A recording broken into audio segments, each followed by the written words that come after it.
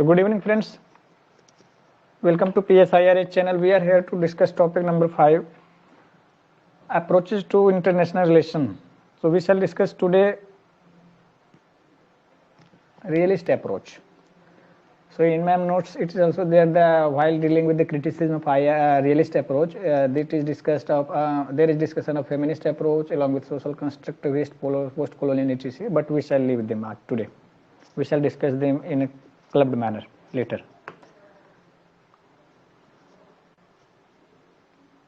ठीक है. Let's start. So it is told that international relation is the youngest discipline, formally started after World War I. Objective of international relation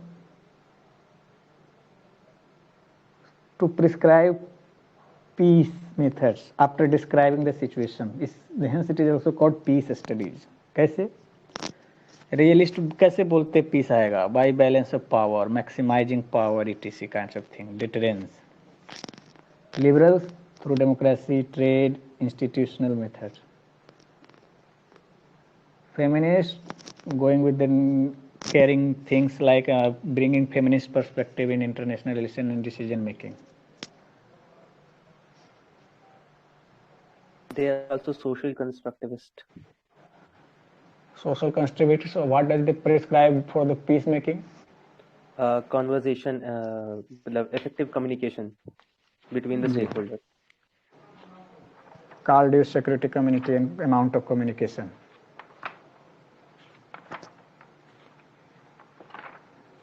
With respect to sociological liberals, Carl Dweck, they prescribe through communicative actions. Liberal institutionalism, institutions, democratic peace theory goes prescribe democracy, promotion of democracy. Functionalism prescribe peace by pieces. Complex and interdependence prescribe trade and economic. Complex interdependence prescribes it is also called realistic liberalism, prescribes trade even in complex manner. So Karl Marx Marxist school prescribes for equal relations, equitable relations among nations. System theory describes that. What does they prescribe? I am not getting. So overall it is a peace study. Since it was primarily developed by American scholars, that is why it is also called American social science. Stanley Hoffman ने बोला था. This is American social science. तो बाद में इस पे arrogance की भी बात आती है कि ये कुछ ज़्यादा ही बोल गए. स्टैनली हॉफमैन ने अमेरिकन सोशल साइंस बोला, मोर्गेनथाउ ने बोला Africa politically empty, Kenneth walls ने बोला कि मजाक होगा कि हम लोग मलेशिया और कोस्टा रिका के बेस फॉरेन पॉलिसी पे बेसिस पे हम थ्योरी दें. तो वो लोग अपनी ही दुनिया में जी रहे, उनसे बाहर दुनिया नहीं है, इसलिए अमेरिकन सोशल साइंस बोला गया स्टैनली हॉफमैन के द्वारा. ऑरिजिन ऑफ इंटरनेशनल रिलेशंस कब हुआ? अब बता दीजिए. After the treaty of Westphalia. जी, जब रिलेशन जब नेशन ही नहीं रहेंगे तो इंटरनेशनल रिलेशंस कहाँ आएंगे? सही बात है. ट्रीटी ऑफ वेस्टफेलिया 1648 में इंटरनेशनल रिलेशन स्टार्ट हुआ. ये स्टडी के तौर पे नहीं, रिलेशन के तौर पे. नेशन स्टेट्स का रिकॉग्निशन मिला, बिगिनिंग ऑफ इंटरनेशनल रिलेशन हुआ. जी बोलिए.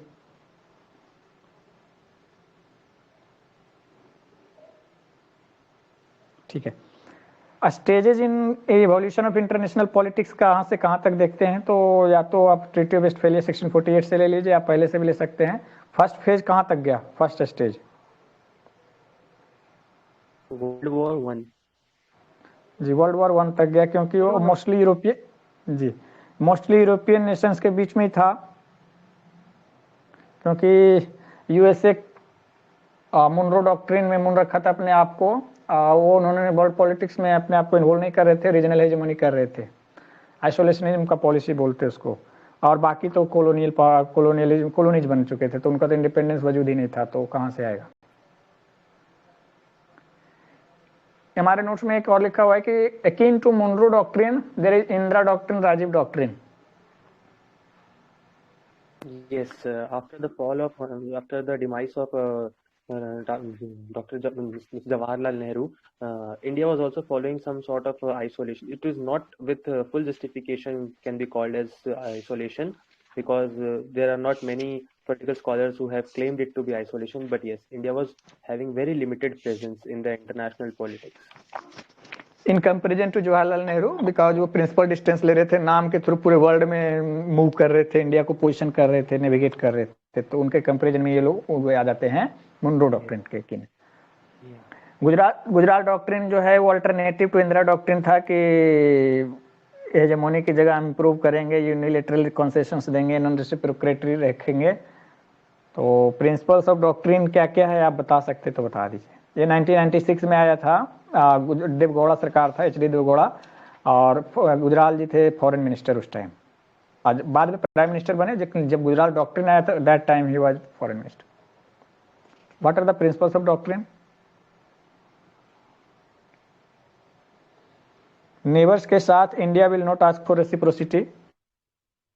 दूसरा है कि no South Asian country should allow its territory to be used against interest of another country of the reason.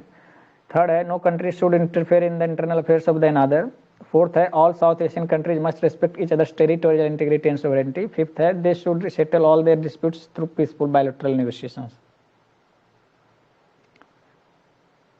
कुल मिला के largest country in South Asia was India, तो India decided the extension of unilateral consensus to neighbours in the subcontinent. That's it. Achievement क्या क्या था ये कभी कभी आता है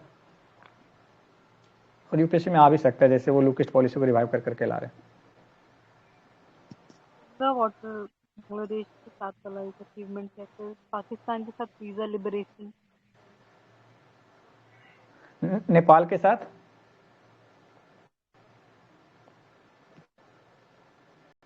बांग्लादेश के साथ, जी बांग्लादेश के साथ गंगा वाटर ट्रीटी, नेपाल के साथ महाकाली ट्रीटी, श्रीलंका वाला आईपीकेएफ का विड्रॉयल, पाकिस्तान के साथ वीजा लिबरलाइजेशन और पीपल टू पीपल कॉन्टेक्ट का प्रमोशन हुआ, फिर कॉन्फिडेंस बिल्डिंग मेजर्स लाए गए चाइना के साथ। ठीक है, तो उस टाइम जब वर्ल्ड वॉर फर्स्ट के पहले तक का क्या यूरोपियन पॉलिटिक्स के फीचर थे जिसमें इंटरनेशनल पॉलिटिक्स को स्टडी किया जाता है, या तो हो रहे थे game? Basically billiards ball model जैसा था। I am not able to recall the name of the scholar who give this concept, but वो कुछ बॉल्स थे जैसे पूल टेबल होती है, कुछ बॉल्स है वो आपस में एक दूसरे के साथ भिड़ते रहते थे, लड़ते रहते थे इन द सेंस। मतलब कोई सुपर पावर, ग्रेट पावर्स थे। हाँ, स्कॉलर का नाम आर्नल्ड वोल्फर था। स्पेलिंग को ग्रुप पे दीजिएगा सर, एक बार यहाँ पर स्पेल कर दीजिए। ARNOLD Arnold, WOLFERS वोल्फर।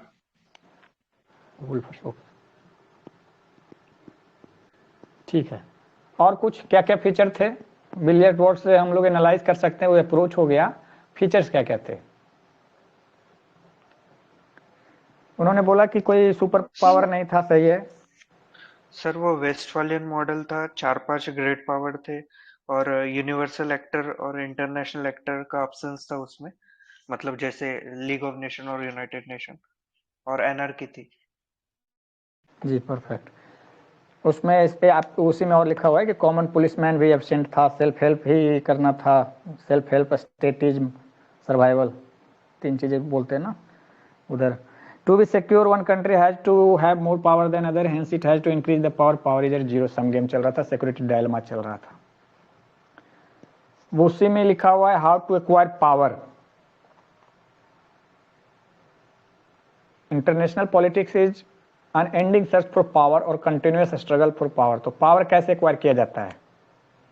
Through internal balancing, अपना कैपेबिलिटी डेवलप कीजिए, एक्सटर्नल बैलेंसिंग, कोएलिशन फॉर्म कीजिए, फिर एनआरकी में बैलेंस ऑफ पावर काम करेगा, कॉमन सेंस है, डेविड ह्यूमे ने बाद में बोला था। इंटरनल एक्सटर्नल बैलेंसिंग में कौन सा ज्यादा रिलायबल है?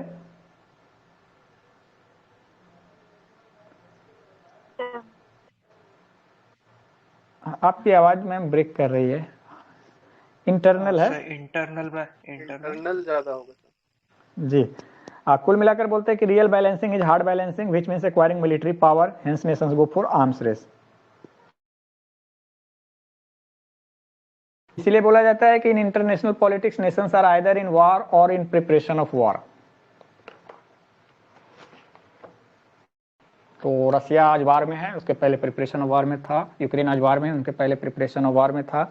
वो एक्सटर्नल बैलेंसिंग के चक्कर में फंस गए, इंटरनल बैलेंसिंग पे फोकस नहीं किया। यूएसए ने बेवकूफ बनाया, उनके पॉलिटिकल लीडरशिप बेवकूफ बने। Above principles form the core principles of the realist view of international politics। जो गया यूरोपियन स्टेट में Westphalian world order, billiard board model वाला अप्रोच लगता है, आर्नल्ड वोल्फर्स का है। Features of billiard board model बता दीजिए, जो कि बाद में कॉबवे में बदल जाएगा, फिर इंटरनेशनल रिलेशन बन जाएगा ग्लोबल पॉलिटिक्स, इंटरनेशनल पॉलिटिक्स से। तो आप बता दीजिए कि बिलियर्ड्स बॉर्ड मॉडल का क्या फीचर्स है। It was based on Westphalian world order. जी आगे।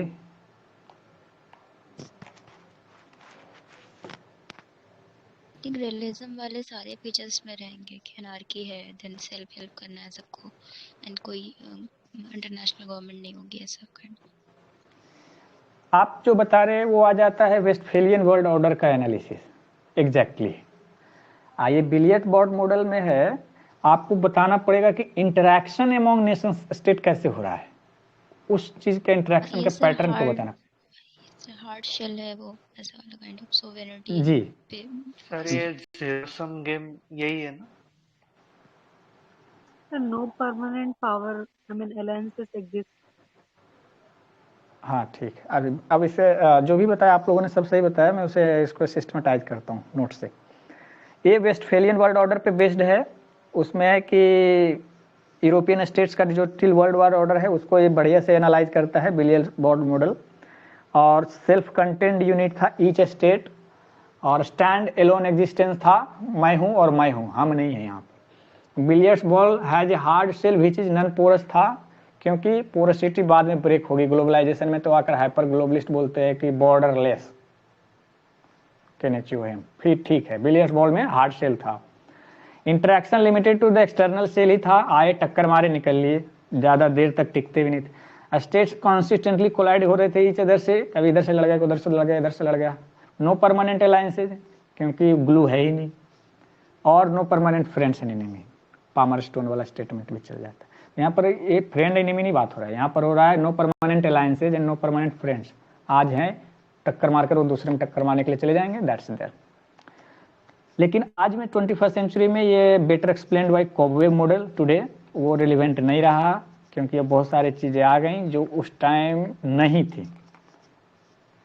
फिर अभी उसको बाद में देखेंगे। अब देखेंगे कि सेकेंड स्टेज जो इंटरनेशनल पॉलिटिक्स का आया वो इंटरवार पीरियड का है।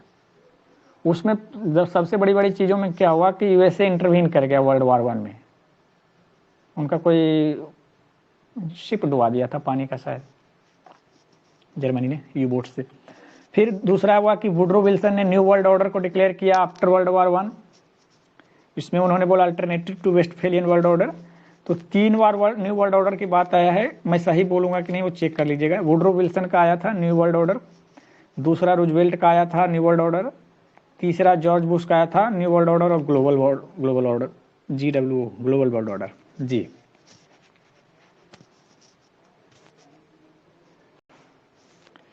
तो आप बताएंगे कि वेस्टफेलियन वर्ल्ड ऑर्डर का क्या फीचर है। बिलियर्ड बोर्ड अलग है, वो पैटर्न था इंटरेक्शन का। अब जो आप बता रहे थे कि वेस्टफेलियन वर्ल्ड ऑर्डर है, उसका क्या फीचर था जब इंटरेक्ट करेंगे। Regular feature. जी सही है, आगे। स्टेट्स सेल्फ हेल्प के लिए डिपेंडेंट थे। जी self help, statism, war is regular feature, ये सब चलता रहता है, स्टेट अपने से कंट्रोल करते थे। वुड्रो विल्सन ने इसी चीज को हटाने के लिए कि रेगुलर फीचर वार हटाते हैं और सेल्फ हेल्प वाला भी हटाते हैं, तो सेल्फ हेल्प के लिए ग्रुप लाया लीग ऑफ नेशंस। वार कैसे हटेगा, तो ग्रुप हेल्प करेंगे तो वार कम होगा, तो वुड्रो विल्सन ने लाया अल्टरनेटिव वर्ल्ड ऑर्डर। उसमें बोला कि उन्होंने बोला कि वार की जगह peace should be the permanent feature, cooperation among states and instead of self help he propose collective security, जो कि आपको यूएनपीके में मिलेगा, यूएन पीस कीपिंग में जाकर, इन कलेक्टिव सिक्योरिटी। उनका जो आइडिया था 14 point speech to US Congress में उन्होंने दिया था, उसमें उन्होंने मैनुअल कांट से भी इंस्पायर्ड थे। और उसमें क्या क्या आइडिया दिया था उन्होंने 14 पॉइंट्स स्पीच में? तो 14 तो यानी लिखे हैं, लेकिन जो है आप बता सकते हैं। प्रमोशन ऑफ डेमोक्रेसी और फ्री ट्रेड करना था, और जो फ्री हाई सीज में फ्रीडम ऑफ नेविगेशन जिसको बोलते हैं, जिसकी ड्रिल्स आज भी यूएसए करता रहता है। बाकी आप बताइए थोड़ा सा। वही सब है। और रिपब्लिकन पीस का उनका जो बाद में माइकल डोyle है, इसको पकड़ लेते हैं डेमोक्रेटिक पीस थ्योरी में। वहाँ उन्होंने बोला था कि promotion of democracy on the belief that democracy do not go for war with each other. ये इमैनुअल कांट का था। आप देखेंगे कि जो लिबरल थ्योरी पढ़ेंगे तो उसमें आएगा कि इमैनुअल कांट ने बोला था promotion of democracy and promotion of trade will ensure the peace in European nation. तो ये उन्हीं से इंस्पायर्ड थे, तो उनको इन्होंने लिखा है। चूंकि ये हाईएस्ट लेवल के बहुत ही पावरफुल नेशन के ये प्रैक्टिशनर थे फॉरेन पॉलिसी के, तो इनकी बात को प्रैक्टिस में भी मतलब अमल में लाया गया। सर इसमें जो 3-4 पॉइंट है वही मेन है, बाकी एकदम कंट्री स्पेसिफिक राय दिए, जैसे टर्की को क्या करना चाहिए, फ्रेंच को, ऐसे। तो मेन यही 3-4 थे जो भी बोला आपने। जी, तो ये 4 हो गए ओवर आर्किंग। ये भी था कि नेशनल जो बाउंड्रीज हैं वो withdraw on the basis of जो मतलब ये देखते हुए कि वहाँ के पीपल लोगों का क्या कंसर्न है, उनको ध्यान में रख के ड्रॉ की जाएंगी। वो तो हाँ, इसलिए कह रहा हूँ जो 4 यहाँ लिखा हुआ है वो ग्रैंड आइडिया है जो आज भी रिलेवेंट है। वो उसमें जो आपने मैम ने बोला वो वर्ल्ड वॉर 1 के बाद वो उनका अपना पर्सनल एजेंडा घुसेड़ रखा हुआ उसमें। उन्होंने कैसे बाउंड्री करना, खैलीफेट को बांट दिया, ये किया वो किया ना, तो उसमें तो उनका एजेंडा चल रहा था ना पहले।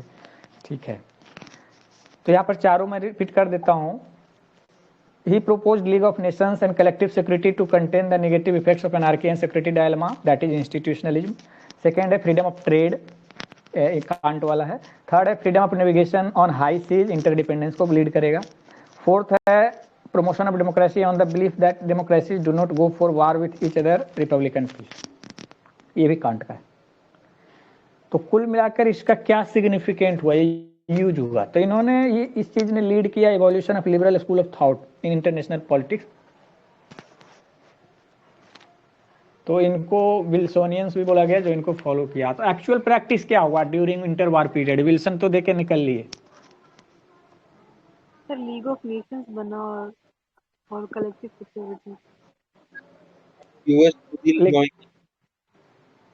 हाँ, ब्रिटेन और फ्रांस भी ज्यादा मोटिवेटेड थे नहीं जी। और बैलेंस ऑफ पावर एलिमिनेट हुआ और कलेक्टिव सिक्योरिटी पे फोकस किया गया। हाँ, बट ये हुआ कहाँ ढंग से? और एक्चुअल में यूरोपियन कंट्रीज का रिस्पांस रहा कि उनको फेथ ही नहीं था विल्सन के आइडिया में। और कम्युनिस्ट को क्या कहते हैं, अपोज करने के लिए मतलब फासिस्ट का भी साथ दिए। जी, अपीजमेंट की जो बात आती है, हिटलर का अपीज किया उन्होंने। फिर उन्होंने old game of international politics जो पावर पॉलिटिक्स बेस्ड था उसी को चालू रखा। इसके बाद हुआ कि अमेरिका उसमें खुद ज्वाइन नहीं किया, बाबा बनकर आए, प्रीचिंग करके चले गए, खुद क्या कर रहे बाद में दिखे। As a result League of Nations fail to achieve its aim within 20 years. हम लोगों ने वर्ल्ड वॉर 2 के दर्शन किए। इसी बीच E.H. कार हैं जो रियलिस्ट हिस्टोरियन हैं, 20 ईयर्स क्राइसिस नाम का बुक लिखा, और इनके बुक के इनके व्यूज के कारण फर्स्ट ग्रेट डिबेट राइज हुआ आइडियलिस्ट और रियलिस्ट के बीच में। तो before going into E.H. Carr's idea we shall discuss 4 great debates in short. पहला ग्रेट डिबेट है इंटरवार में, यही E.H. कार के कारण हुआ, जीते भी यही रियलिस्ट लोग आइडियलिस्ट के ऊपर। दूसरा है ट्रेडिशनलिस्ट वर्सेस बिहेवियरलिस्ट, तो ये लास्ट में हुआ है लगभग 80-90 के आसपास। Morton Kaplan, Charles McClelland and Quincy Wright थे सिस्टमेटिक बिहेवियरलिस्ट वाले में। Behaviouralist were challenge by Hedley Bull of leading traditionalist. कुल मिला के वॉल्ट्स ने थोड़ा सा बिहेवियरल मेथड अपने में अपनाया और उसमें उन्होंने स्ट्रक्चर को यूज किया। तीसरा डिबेट है new liberalism versus new realism. तो ये 70s का है, जब थॉ इन रिलेशन डिटेंटे वगैरह ऑब्जर्व हो रहा था। तो कभी ये आगे बढ़ते थे, कभी वो बढ़ते थे। तो जो वर्ल्ड प्रैक्टिस के हिसाब से लिबरलिज्म आगे बढ़ेंगे, जो लिबरल इंस्टीट्यूशनलिज्म राइज होता था तो लिबरलिज्म आगे बढ़े। उसके बाद जब क्राइसिस आ जाता था और स्टेट अपने पे आ जाता था, रियल ग्लोबल हाई पॉलिटिक्स खेलने लगते थे, तो रियलिज्म आगे बढ़ जाता था। तो इसमें हेडली बुल ने एक्सेप्ट किया कि society is not completely anarchical. नाई एंड कोहान ने बोला कि security is still the primary concern. दोनों एक दूसरे के व्यू को एक्सेप्ट किया लास्ट में, रियलिस्ट और न्यू लिबरलिज्म और न्यू रियलिस्ट के थ्रू। रेशनलिस्ट वर्सेस रिफ्लेक्टिविस्ट जो है फोर्थ डिबेट है। रेशनलिस्ट में हम लोग जानते हैं, रियलिस्ट है, लिबरल्स है, मार्क्सिस्ट है, जो चीज़ों को एनालाइज करते हैं, ऑब्जेक्टिविटी और साइंटिफिक लॉज भी क्लेम करते हैं। रिफ्लेक्टिविस्ट में कौन कौन से हैं, इसको बोलते हैं कॉन्स्टिट्यूटिव थ्योरीज भी हैं। इसमें रिफ्लेक्टिविस्ट हैं, कॉन्स्टिट्यूटिव थ्योरिस्ट हैं, पोस्ट पॉजिटिविस्ट हैं, पोस्ट मॉडर्निस्ट हैं, पोस्ट कॉलोनियलिस्ट हैं, सोशल कंस्ट्रक्टिविज्म है, क्रिटिकल स्कूल फेमिनिस्ट हैं। इन्होंने बोला सब्जेक्टिविटी, नॉर्म्स, कल्चर, वैल्यूज का भी रोल है, प्लुरलिस्टिक पॉइंट ऑफ व्यू है, चीज़ें वैसी नहीं है जैसे बताई जा रही है। इसमें रिफ्लेक्टिविस्ट का कॉन्स्टिट्यूटिव का क्या मतलब है, जब आएगा इसके बारे में बात करेंगे। कॉन्स्टिट्यूटिव थ्योरी वो होता है कि जिन्होंने थ्योरी दिया और उसके अंदर ही प्रैक्टिस भी हो रहा है, शेप भी हो रहा है। सर एक बार चारों रिपीट कर दीजिए नाम। पहला डिबेट है ये डिबेट इन आर्टिकल शेयर किया था ना ग्रुप में, उसमें उन्होंने क्रोनोलॉजी में दिया था, यहाँ नोट्स में क्रोनोलॉजी में नहीं है, तो उसको देख लीजिएगा यदि क्लैरिटी लेना है। रियलिस्ट वर्सेस आइडियलिस्ट है, जिसको एच कार आइडियल मतलब और बुल्सनियन में डिबेट हुआ, रियलिस्ट जीते। ट्रेडिशनलिस्ट और बिहेवियरलिस्ट में हुआ तो कापलान एक तरफ थे, हेडली बुल एक तरफ थे, कापलान बिहेवियरलिस्ट की तरफ से और बुल ट्रेडिशनलिस्ट की तरफ से। कुल मिला के डिबेट कल्मिनेट किया, वर्ल्ड्स ने अपने मेथड में रियलिज्म में थोड़ा सा ट्रेडिशन के साथ साथ स्ट्रक्चर को डाला बिहेवियरल की तरह। न्यू लिबरलिज्म और न्यू रियलिज्म में जो बात आया था, डिटेंटेड का पीरियड चला था, तो हेडली बुल रियलिस्ट की तरफ से थे, नियो एंड कोहेन थे लिबरलिज्म की तरफ से, न्यू लिबरलिज्म की तरफ। तो दोनों ने भी एक दूसरे का रिलेटिवली, इन्होंने जैसे रियलिस्ट वाले ने बोला हाँ थोड़ा सा कोऑपरेशन तो होता है, न्यू लिबरल वाले ने बोला हाँ थोड़ा सा स्टेट तो प्राइमरी सिक्योरिटी प्राइमरी कंसर्न तो है ही। कुल मिलाकर ये ऐसे कल्मिनेट किया। तो कुछ लोगों को दुख हो गया कि कैसे कंसेंसस बना लिया, तो उसमें पोस्ट स्ट्रक्चरलिस्ट घुस जाते हैं। रेशनलिस्ट एंड रिफ्लेक्टिविस्ट है, जो रेशनलिस्ट वाले में आगे रियलिस्ट, लिबरल्स, मार्क्सिस्ट जो हम लोग पढ़ रहे हैं। बाद में रिफ्लेक्टिविस्ट आएंगे, जिसमें एग्जांपल दे देता हूँ direct, post modernist, post colonialist, social constructivist, feminist, critical school. Otherwise इसमें और इसको बोलते हैं constitutive theories, post positivist approach as well. अब आ जाते हैं वापस एच कार का, जब ये विल्सोनियन को काउंटर कर रहे थे। 20 ईयर्स क्राइसिस इनका बुक का नाम है, 19 से 39 तक, 1919 से 1939 तक। He has highlighted how the concern for power will never vanish from interstate relations. उन्होंने टाइमलेस विजडम बताया, मतलब कुछ भी कर लीजिए टाइमलेस विजडम है।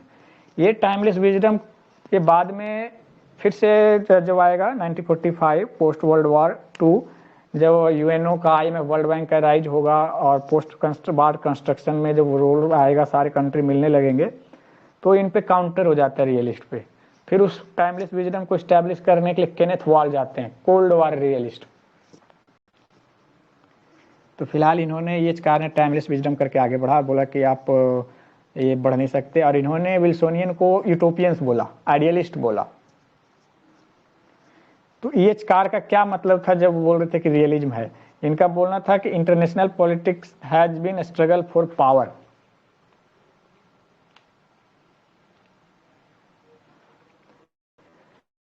थर्ड स्टेज अब आता है जब एंड ऑफ वर्ल्ड वॉर हो गया से till and of cold war, तो वो अलग ही स्टेज, और एक आप इसको एक स्ट्रक्चर में डाल सकते हैं पूरे एनालिसिस में। जब international relation as theory and practice बहुत ही ज्यादा अच्छे से प्रेसिपिटेट हुआ और रिफ्लेक्टिविस्ट स्कूल्स भी राइज हुए, उनको ग्राउंड मिला।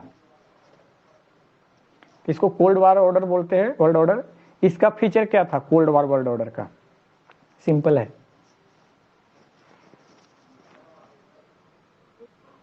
Sir interdependent super power Soviet union. Cold sir war ये में याद न्यूक्लियर रखिएगा। डिट- जी जी जी बोलिए। न्यूक्लियर डिटरेंस है।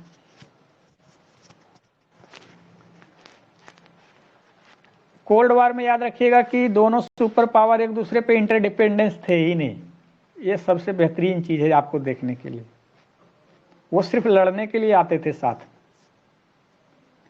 शुरू में तो उन्होंने जर्मनी में कहीं कहीं रोल भी किया, बाद में तो कोल्ड वार कभी उन्होंने किया ही नहीं, प्रॉक्सी वार के थ्रू लड़ा। आप उसी प्रॉक्सी वार का आप देख लीजिए, ये तो रशिया का फेट है, ज्योग्राफी, टायरनी ऑफ ज्योग्राफी है कि उनको डायरेक्ट इन्वॉल्व होना पड़ता है। नहीं तो अमेरिका तो इतना मास्टरली प्रैक्टिस करता है बक पासिंग का कि आप यूक्रेन में देख लीजिए। मियर सैमर ने बोला था, वो कोशिश भी कर रहे थे कि इंडिया कंटेन करता रहे चाइना को अपने ज़मीन से। तो इंडिया का पॉलिटिकल लीडरशिप के मैच्योरिटी दिखा और यूक्रेन का पॉलिटिकल लीडरशिप का मैच्योरिटी आज आप देख रहे हैं। उसने बेवकूफ़ बनाया, रशिया ने आज बेवकूफ़ बनाया पाकिस्तान के प्राइम मिनिस्टर को, वो दौड़े चले गए। तो उनका पॉलिटिकल लीडरशिप का मैच्योरिटी भी रिफ्लेक्ट होता है। तो this phase was known as cold war world order. इसमें दो है, world become bipolar, emergence of two super powers था, इसमें इंटरडिपेंडेंस नहीं था। तो उसमें कोई ना कॉम्प्लेक्स इंटरडिपेंडेंस, ये तो अब की बातें अब हो रही है, इंडिया चाइना में है। पाकिस्तान ने वो भी बेवकूफ़ी कर ली, इंटरडिपेंडेंस हटा लिया। कॉम्प्लेक्स इंटरडिपेंडेंस तो बात की बात है। What is super power? तो एक्स्ट्रा ऑर्डिनरी पावर होते हैं। अच्छा, सुपर पावर के बारे में बता दीजिए क्या होते हैं।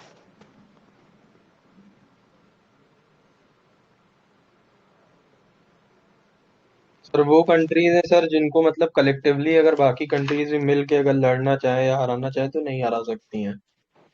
एग्जैक्टली कुल मिला के उसको छोड़ के जितने बाकी बचे हैं वो सब मिल भी जाए तो उसे नहीं हरा सकते। ये सुपर पावर है, ये फिक्स है। यूएसएसआर भी था, यूएसए भी था, दोनों एक ही जैसा है। तो फिर क्या हुआ, कॉन्सिक्वेंस क्या हुआ इमरजेंस ऑफ सुपर पावर में? तो कुछ चीजें उभर कर आई। सैटेलाइट स्टेट्स भी, कुछ स्टेट्स तो सैटेलाइट स्टेट्स बन गए, छोटे छोटे वाले। और sir traditional balance of power जो था वो रिप्लेस हो गया न्यूक्लियर डिटरेंस के थ्रू। किन्होंने बोला था न्यूक्लियर डिटरेंस की बात? ये भूल गया, मुझे भी नहीं याद आ रहा। ठीक है। अभी आप जो कोई मैम बोल रही थे आप बोलते जाइए, मैं बताता हूँ खुद। हाँ सर, मैं ये बोला कि जो आप बोल रहे हैं सैटेलाइट स्टेटस बचा, तो वो रियल सॉवरेंटी उनके पास खत्म हो गया था, नॉमिनल सॉवरेंटी बचा उनके पास। सर ये जी बर्नार्ड ब्रूडी हैं, उन्होंने जी कहा था कि state should ask for opt for nuclear deterrence rather than BOP. Exactly, thank you. ये जो ठीक है, सैटेलाइट स्टेट का कॉन्सेप्ट है ना, ये आज भी उतना ही वैलिड है। मतलब अगर आप अपनी सॉवरेनिटी और अपनी सिक्योरिटी को इंश्योर, जैसे जब सर आज बात ही कर रहे हैं तो इस बारे में बात करते हैं। जब यूएसएसआर टूटा था तब यूक्रेन के पास थर्ड लार्जेस्ट वॉरहेड्स थे, यूएसएसआर से इनहेरिट किए हुए। लेकिन उन्होंने डिपेंड किए कि नहीं नहीं, हम यूएसए पे भरोसा करते हैं, रशिया पे हमारी सिक्योरिटी के लिए। Now you can see the consequence कि अगर आप सैटेलाइट स्टेट बनते हो, यानी अपनी सोवेरेनिटी और सिक्योरिटी को दूसरे के हाथ में छोड़ते हो, तो ये होना ही है। एंड सिमिलर या तो फिर एकदम ही बेलारूस टाइप बन जाओ कि हाँ ठीक है हम एक्सेप्ट कर चुके हैं आपकी सुप्रीमेसी। नो बीच में रहेंगे तो फंसेंगे। नहीं, actually it is categorically mentioned as a dictatorship state by political scholars. कुछ टाइम पहले उनके कुछ उड़ते हुए प्लेन को हाईजैक कर लिए थे वो, तो it is categorically mentioned as democratic dictator rule. अब उसका पता नहीं मुझे उस बारे में, बट आजकल जो इनलाइन पे वो आ रही है सैटेलाइट स्टेट्स की, कि एक से आप कनेक्ट कर सकते हैं। कुछ दिन पहले जयशंकर जी बोल रहे थे कि उन स्टेट्स को ध्यान से लोन लेना चाहिए जो स्टेट्स लोन ले रहे हैं, अपनी सॉवरेनिटी को गिरवी रख दोगे आप तो ऐसे में। तो सैटेलाइट स्टेट का कॉन्सेप्ट आज भी अगर आप कनेक्ट करके लिखना चाहें तो जरूर लिख ही सकते हैं आज भी। जी बढ़िया है एनालिसिस। बाकी चीज़ें यूक्रेन के बारे में क्या हुआ, क्या होगा, कैसे वो दोनों फंसे एक दूसरे में, वो देखेंगे जब आएगा।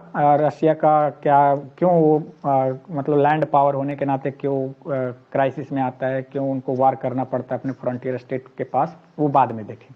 Commonwealth of independent states is another way without accepting supremacy of Russia. ठीक है।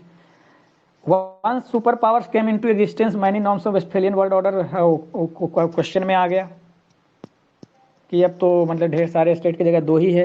आप बैंड वैगनिंग करो, इंजन चल रहा है, इंजन के पीछे वैगन बनकर जुड़ जाओ, अदरवाइज कुछ होने वाला है नहीं, आपसे कुछ होता नहीं। इसमें बोलते हैं कि सोवरेंटी का सैंक्टिटी लॉस हो गया। बैलेंस ऑफ पावर जो fundamental principle of Westphalian world order था उस पर भी उसके का कोई यूज नहीं रहा, बैंड वैगनिंग बन गया। बैलेंस ऑफ पावर की जगह बैलेंस ऑफ टेरर आ गया और न्यूक्लियर बैलेंस आ गया। Doctrine of mutually assured destruction का भी कॉन्सेप्ट आ गया कोल्ड वॉर के समय। तो कुल मिलाकर कोल्ड वॉर के समय कौन से स्कूल था जिन्होंने हेजेमनी मेंटेन किया, और कौन था जो जी, और डिफेंस में कौन चले गए, देख के डर गए, सहम गए? Liberal and social constructivist to some extent. But social constructivist वो रिफ्लेक्टिविस्ट है, वो देखेंगे बोलेंगे यार तुम लोग कचरा कर देता है, एक दूसरे पे भरोसा नहीं रखता है, तो हम लोग इसी में देखेंगे ना, रेशनलिस्ट में जज करेंगे। जी सर, जब क्यूबन मिसाइल क्राइसिस सॉल्व हुआ था तब उनका थोड़ा भाव बढ़ गया था कि नहीं नहीं नहीं हमने किया डायलॉग से, बस उसके बाद तो सोशल कंस्ट्रक्टिविस्ट हमेशा से ही बैक सीट पे रहा है। हम भी आज लोग इतने डिटर्मिनिस्टिक होकर इसको ये बोलते वो गलत किया वो सही किया, वो लोग सोचते होंगे, सुनते होंगे, पढ़ते होंगे हमने क्या सोच के किया, क्या बोल रहा है सोच के, जो एग्जैक्ट पॉलिटिक्स प्रैक्टिस कर रहे हैं। फोर्थ स्टेज आ जाता है after and of cold war. इसमें बोलते हैं कि स्टेट सेंट्रिक जियो पॉलिटिक्स जो खेले जा रहे थे, कि स्टेट सारा नाच नचा रहा था जियो पॉलिटिक्स में, अब जियो सेंट्रिक जियो इकोनॉमिक्स आ गया। तब बातें बढ़ेंगी कॉम्प्लेक्स इंटरडिपेंडेंस की, रिपब्लिकन पीस थ्योरी की, और इसके नाम पे डेमोक्रेटिक इंटरवेंशन भी कर देगा यूएसए जो भी है। और तो सर इसमें इसके बाद बिलबोर्ड मॉडल जो था वो जी कॉबवेब मॉडल से रिप्लेस हो जाता है, और सर इसको बेलिस एंड स्मिथ मल्टीप्लेक्स कहते हैं इस ऑर्डर को। जी, अब आ गया ग्लोबल वर्ल्ड ऑर्डर, ये बुश वाला। Global politics. तो ये इंटरनेशनल पॉलिटिक्स से कैसे डिफरेंस है ग्लोबल पॉलिटिक्स? क्योंकि अब इंटरनेशनल पॉलिटिक्स प्लूरलिस्टिक हो गया, तो प्लूरलिस्टिक में बहुत सारे एक्टर्स आ गए लास्ट की जैसे। कौन से एक्टर्स है? मल्टीपल एक्टर्स है, नेशन स्टेट्स है, इंटरनेशनल ऑर्गेनाइजेशंस है, रीजनल ऑर्गेनाइजेशंस है, नॉन स्टेट एक्टर्स भी है, एमएनसी है, टेररिस्ट ऑर्गेनाइजेशंस है, सिविल सोसाइटी नेटवर्क्स है। तो अब बोला जाता है कि वी हैव शिफ्टेड फ्रॉम वो जियो पॉलिटिक्स से जियो इकोनॉमिक्स, जियो सेंट्रिक जियो, ठीक है। अब कौन से स्कूल है जो हेजेमॉन बनेगा और कौन सा थोड़ा सा पीछे हटेगा, चुप रहेगा? लिबरल विल बी द हेजेमॉन क्योंकि उन्हीं का ऑर्डर है, और the realist school will be in the back seat. 2008 में किनको मजा आया, किस स्कूल वाले को? Realist, Marxist.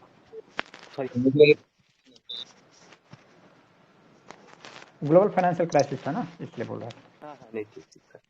सबका टाइम आता है, उनका भी आ गया उस टाइम। 1980-90 में रीगनिज्म थैचरिज्म का आया था ना, न्यू लिबरल, ये लोग चुप बैठे थे। पोस्ट कोविड में भी थोड़ा सा मार्क्सिस्ट वाले को आ गया, और पोस्ट कोविड में फिर इनको फिर से मजा आया जो स्टेट सेंट्रिक बोल रहे थे कि जो ग्लोबलाइजेशन का क्या असर है, बॉर्डरलेस, उनको पकड़ के बोला यही बॉर्डरलेस है। तो सबका टाइम आता है। थ्योरिस्ट वो प्रिस्क्राइब करते हैं, डिस्क्राइब करते हैं, वो साइंटिफिक है कि नहीं वो समय उनको देखता रहता है, थोड़ा थोड़ा समय के लिए सबको मौका देते हैं। अब आ जाते हैं कि अभी लिबरलिज्म स्ट्रॉन्गेस्ट है और एवर स्ट्रॉन्गेस्ट एवर था। जोसेफ नाई ने क्या बोला? अभी नहीं है, पोस्ट कोविड में लिबरलिज्म उतने स्ट्रॉन्गेस्ट नहीं है, प्रिस्क्राइब कर रहे हैं, अभी डोमिनेंट है लेकिन इतना स्ट्रॉन्गेस्ट एवर नहीं है। उनको भी लगा स्टेट ही तो आके कुल मिला के पॉलिटिक्स खेल ही देता है। जोसेफ नाई ने वर्ल्ड ऑर्डर को 3 डायमेंशनल चेस बोर्ड बोला है। सर इसमें कहते हैं कि यूनिपोलर मिलिट्री यूनिपोलर है, इकोनॉमी मल्टीपोलर है और कल्चरली डिफ्यूज्ड है। जी, सोशल लेवल पे सोशल। फिर है कॉबवेब मॉडल का फीचर देखेंगे, बिलियर्ड बॉल मॉडल से जो आ गया, तो किन्होंने दिया था? John Burton sir. John Burton. जी, इनका क्या है? इसमें सर कॉबवेब में ये कहते हैं मतलब ये थोड़ा सोसाइटी सेंट्रिक है, जबकि बिलबर्ड मॉडल स्टेट सेंट्रिक था। और सर ये इसमें कॉबवेब में डिफरेंट स्टेट्स है, मल्टीपल चैनल्स ऑफ कम्युनिकेशन, जैसे अभी का लेटेस्ट इंफॉर्मेशन टेक्नोलॉजी और ये सब हो गया, मतलब सोसाइटी आपस में भी इंटरेक्ट कर सकती हैं, और स्टेट जो है वो पोरस हो चुके हैं। ऑर्गेनाइजेशन सारे एक दूसरे के साथ इंटरवेंट है। हाँ, और जो पीपल हैं वो स्पाइडर की वेब की तरह एक दूसरे से कनेक्टेड हो चुके हैं। हाँ, कहाँ पर MI-17 और MI-8 शैप्स रिलीज कर रहा है वो हमें दिख रहा है, वो हमें गेम की तरह दिख रहा है। वीडियो देखते हैं ना यूट्यूब पे। हाँ, ये हो गया। इसमें फिर से जी, तो इसमें कुल मिलाकर अब सोसाइटी भी गेम खेल रही है। State nation state is not the Elon actor. और हार्ड शेल में जो वहाँ पर बाउंड्री पे ही इंटरेक्शन होता था, अब इंटर में हो गया, सोसाइटी में इंटर हो गया। मल्टीपल गेटवेज हो गया, पोरस हो गया, boundary surveillance has declined, states capacity of surveillance has declined. याद रखिएगा, कभी कभी फिर इसी को आएगा कि कुछ लोग बोलेंगे कि डिक्लाइन नहीं हुआ बल्कि और इन द नेम ऑफ और इंक्रीज हो गया है टेक्नोलॉजी के कारण। People living in one state has got हो गया, बता दिया आपने।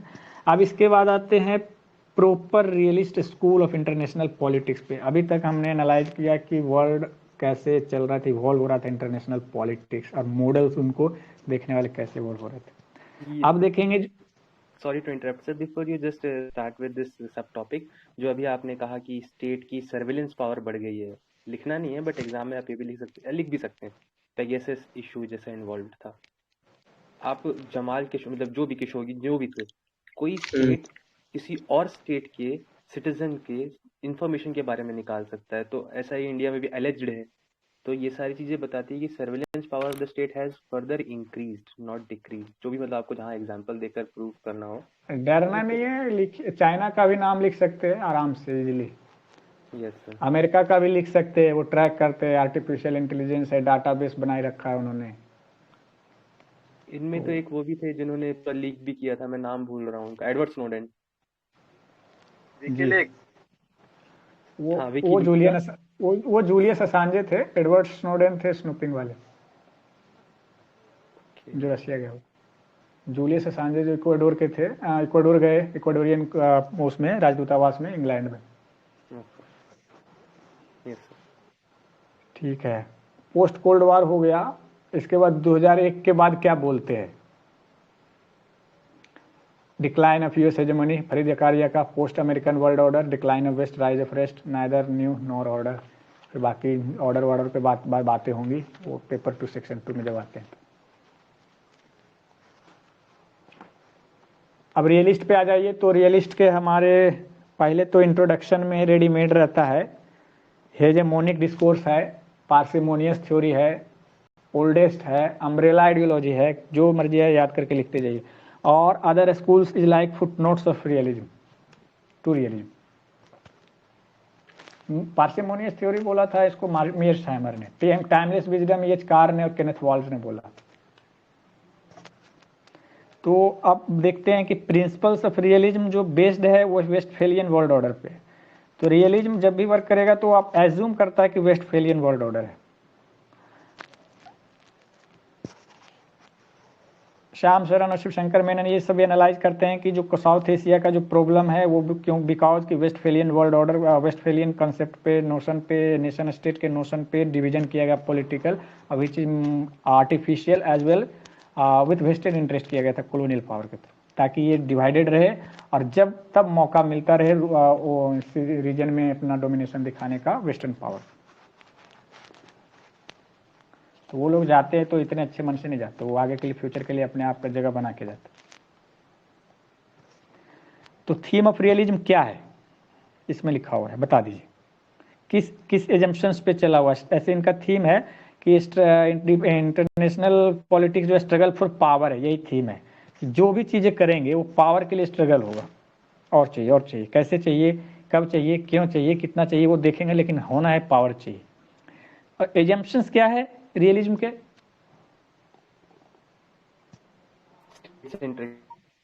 वर्ल्ड। ठीक, आगे।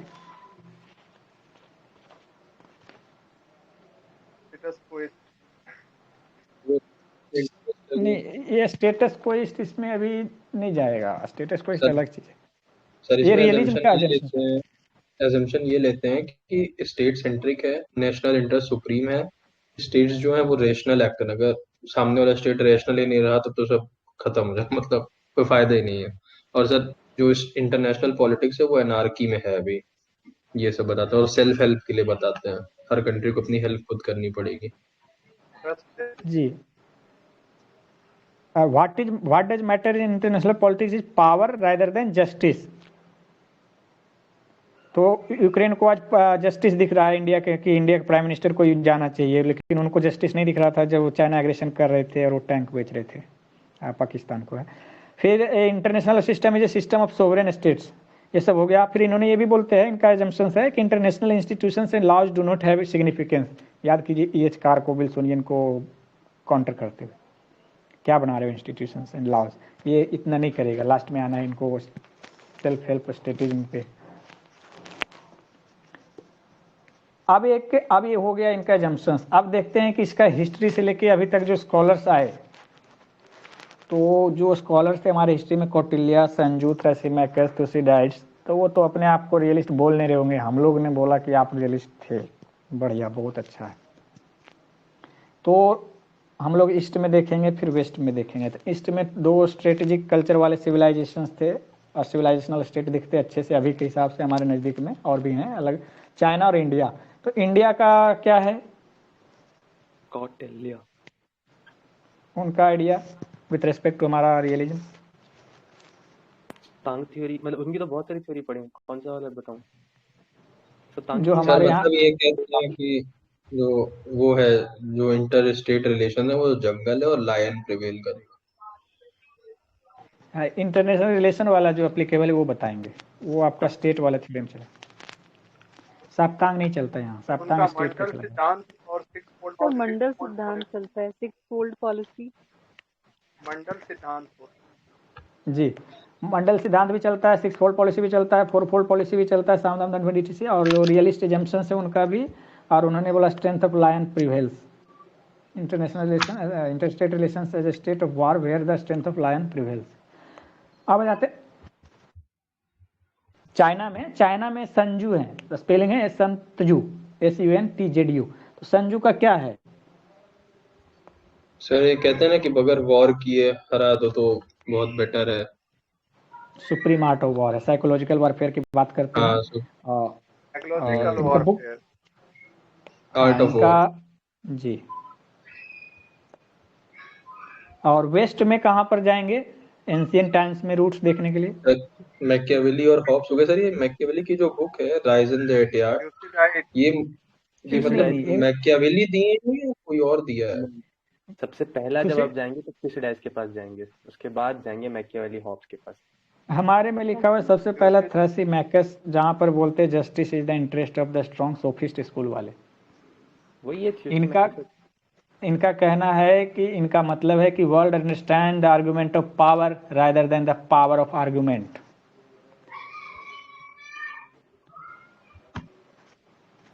सर एक बार स्कॉलर का नाम बता देना। थ्रेसिमैकस सोफिस्ट हैं, justice is the interest of the strong बोलते हैं, it implies that world understands the argument of power rather than power of argument. Might is right भी हो सकता है तब ना उसका, हाँ, वो भी हो सकता है। कुल मिलाकर ये इनका ये भी मतलब है कि टॉपर लोग यदि रैंक लाने के बाद कुछ बताएं तो आर्गुमेंट ऑफ पावर हो गया, और उनके पहले कोई बताए तो पावर ऑफ आर्गुमेंट हो गया। तो वर्ल्ड में होता क्या है, world understands argument of power rather than power of argument. दूसरा है थ्यूसिडाइड्स, वॉर इज परमानेंट। इनका बुक का नाम ये बोलते हैं ना कि strong do whatever they want to do and weak accept what they ought to do. अरे एथिक्स को हिस्ट्री ऑफ सेपरेट करते पेलोपोनेशिया हैं, वॉर। एथिक्स को सेपरेट कर देते हैं। हिस्ट्री ऑफ इनका है वॉर। जी Peloponnesian war, the history of Peloponnesian war. इसमें किनके बीच में वॉर हुआ था? ग्रीक और स्पार्टा। जी हाँ, इसको एथेंस और स्पार्टा भी लिख सकते। इनमें बोलते हैं कि ह्यूमन नेचर जो है कैसा है थ्यूसिडाइड्स के अकॉर्डिंग? Power seeking. जी, power seeking. Considerations of right and wrong are never strong enough to turn people away from the benefits which power brings. तो गलत सही छोड़ो, पावर के चक्कर में रहो, इनका बताना है। मतलब प्रिस्क्राइब नहीं कर रहे थे, डिस्क्राइब कर रहे थे कि ऐसा होता है। इन्होंने बोला कि ह्यूमन बींग्स की तरह स्टेट्स भी पावर सीकिंग है। अब आप गौर कीजिएगा, ये मॉर्गेनथाउ से मैच करेंगे, उन्होंने भी ह्यूमन नेचर को बेसिक यूनिट बनाया और उसको काउंटर करेंगे आके केनेथ वॉल्स की ह्यूमन नेचर को काउंटर, आपने बेसिक यूनिट बनाया एनालिसिस का, इसलिए साइंटिफिक नहीं है, हम इसको साइंटिफिक बनाएंगे, ठीक है। तो इन्होंने बोला, अब ऐसे बोला कि like human beings states are also power seeking. तो when one state increases the power other is bound to increase power, this phenomena is called as Thucydides trap और its implication is the inevitability of war. तो Thucydides trap का नाम किसने use किया सबसे पहले? थुसिडाइड्स अपने नाम से थोड़ी नहीं यूज करेंगे, मैं ट्रैप के नाम में घुस जाऊंगा। ग्राहम टी एलिसन ने ग्राहम एलिसन जी किसके रेस्पेक्ट में सर इन्होंने एक किया? और ट्रैप है ना ऐसा, चाइना तो एंड किंडल बर्गर ट्रैप। हम्म। तो ये यूएसए चाइना का है। तो जी तो ये एक मीर साइमर भी बाद में आते हैं कि डोंट, वो जो फैंटेसी ऑफ चाइना का पीसफुल राइज, ये सब जो उन्होंने नैरेटिव बना रखा था चाइना का, तो मीर साइमर बार बार चाइना के प्रति अमेरिका को रियलिस्ट सजेशन देते हैं कि ये रिविजनिस्ट स्टेट है, थुसिडाइड्स ट्रैप में ही फंसेगा, आप don't get trapped into the fantasy of China, आप पावर डिफरेंशियल को मेंटेन रखिए with respect to China, USA को बोलते हैं। यही हमारे साथ हो गया उल्टा, तो हम लोग रिसीविंग एंड पे हैं। What does Thucydides trap imply? इसका मतलब क्या है? स्कॉलर का नाम बताइए तो थुसिडाइड्स ट्रैप का। Graham T Allison, ALLISON, Allison. तो what does Thucydides trap imply? In order to survive as... जी बताइए। जी सर प्लीज आप बोलिए। ओके हम बता रहे हैं the rise of one power during the existence of already another established power leads to the escalation of the political tension between the two which culminates into a inevitable war, मतलब inevitable war। ये मतलब बताते हैं कि there is no run away from war। अगर एक power already exist कर रहा है तो the other power is bound to create discrepancies with the other power and they will inevitably lead up to fight a war।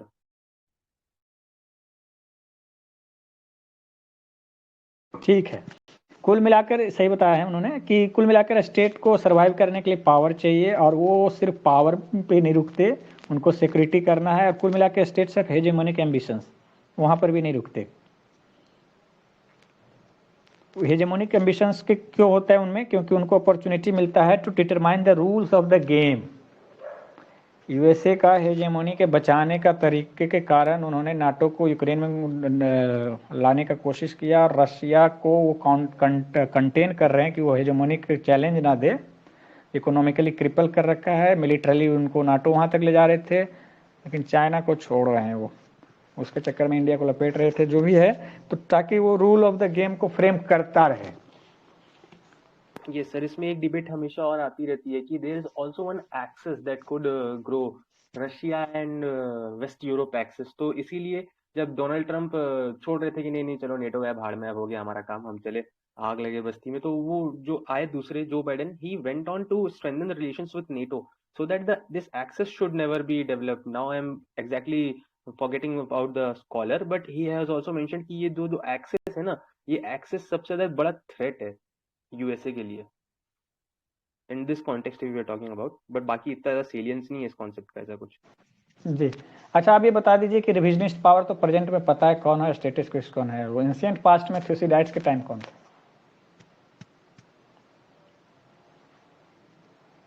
Status क्विस्ट में have been, याद रखिएगा, otherwise exam में जाके यही होगा, एग्जैक्ट याद रखना पड़ेगा ना। स्टेटस क्विस्ट उस टाइम थे स्पार्टा, और रिविजनिस्ट में ग्रीस। अब कैसे याद रखना है वो याद रख लीजिए, अदरवाइज 300 वाला मूवी याद है तो आप मान लीजिए कि स्पार्टा का पावर था, उसको ओवरथ्रो करने के लिए उधर से उनका कौन आए थे, जक्सिस, जो भी एग्जाम मूवी में था वो, तो ठीक है। ऐसे स्पार्टा था स्टेटस क्विस्ट, दूसरा ग्रीस था जो उनको ओवरथ्रो करने की कोशिश कर रहे थे। तो बोलते हैं कि जब पावर ट्रांजिशन होता है तो ह्यूज पॉसिबिलिटी ऑफ वार है स्टेटस क्विस्ट पावर और रिविजनिस्ट पावर के बीच में। तो ये पावर ट्रांजिशन थ्योरी किन्होंने दिया है?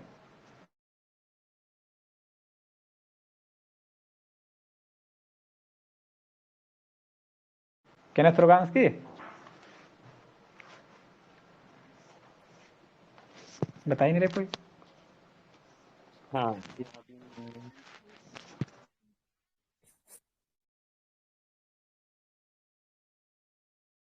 सर केनेथ रोगांस्की दिए हैं सर इसको।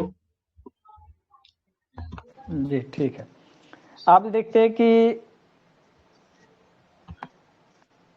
हिलेरी क्लिंटन जो हैं वो former US secretary of state रह चुकी हैं, तो उन्होंने भी स्केप्टिसिज्म दिखाया था यूएसए और चाइना के रिलेशनशिप में, और मेयर साइमर ने भी। इसलिए वो बुक का नाम भी tragedy of great power politics. तो आपका ये नाम ही बहुत कुछ मैसेज देता है। जब ये चीजें आने लगी यूएसए की तरफ से स्कॉलरली और प्रैक्टिशनर्स के थ्रू, तो चाइनीज प्रेसिडेंट ने इधर से झंडा उठाया और बोला नहीं नहीं, मैं तो सोशल कंस्ट्रक्टिविस्ट है और new model of great power relationship देंगे। थ्यूसिडाइड्स का ट्रैप का नाम ना लो। थ्यूसिडाइड्स में तो उन्होंने बोला था strong do what they have power to do, weak accept what they have to accept. Another statement is like this, what matters is power and not appeals to justice. Even God does not help, only self-help works.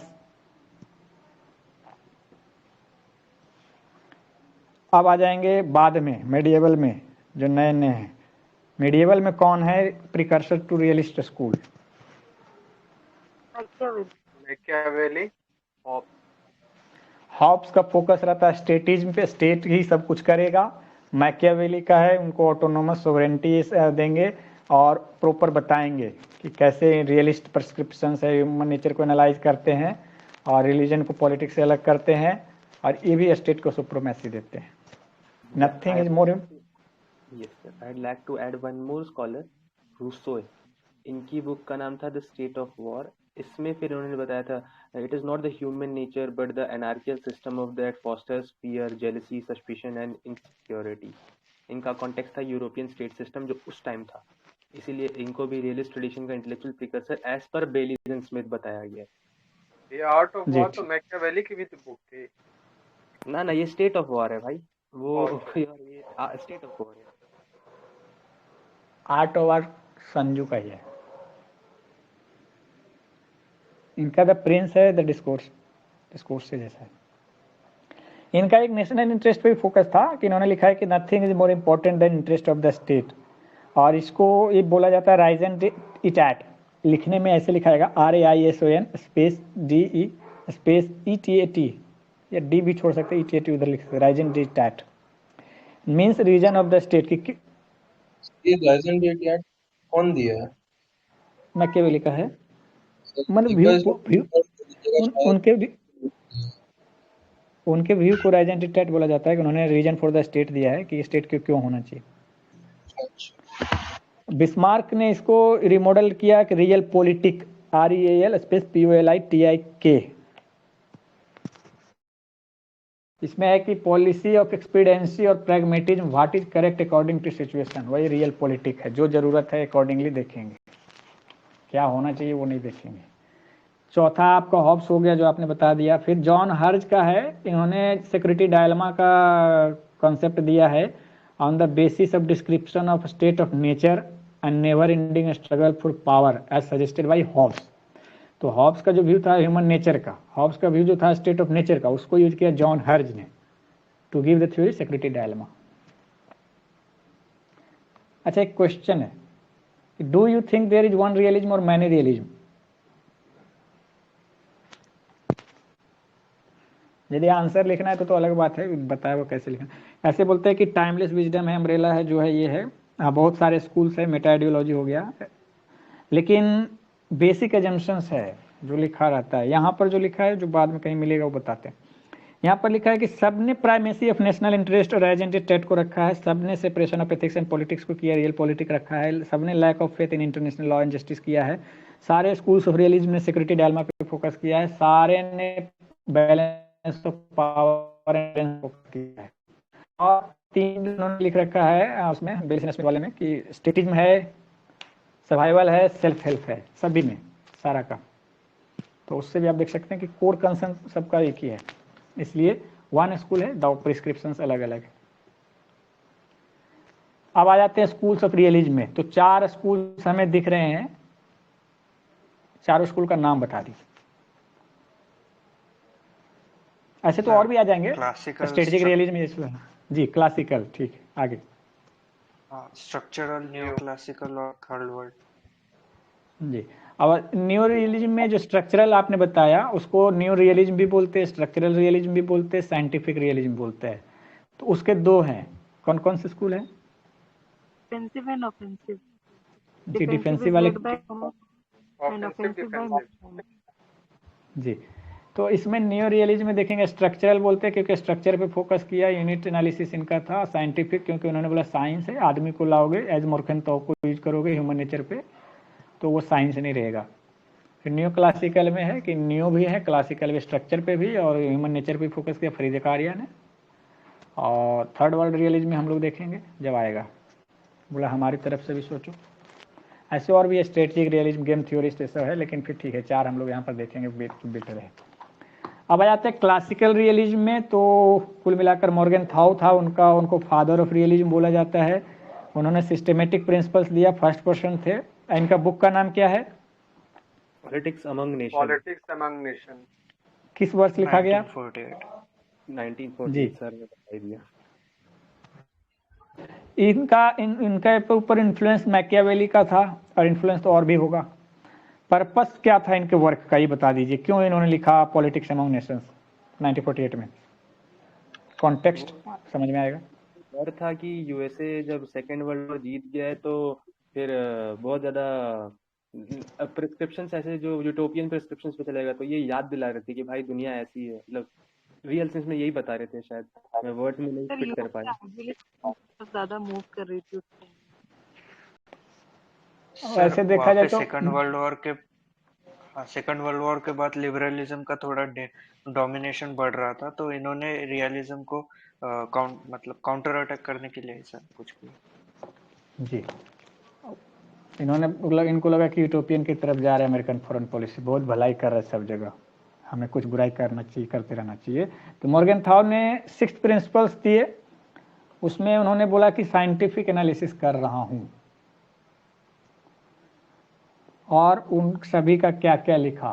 तो 6 analysis आपका जो है detail में तो बहुत चीज लिखा हुआ है, छोटा छोटा डायरेक्ट में बता दीजिए कि सर ऑन ये ह्यूमन बोलते हैं कि जो ह्यूमन नेचर है वो एनिमस डोमिनांडी है, मतलब पावर सीकिंग एनिमल है।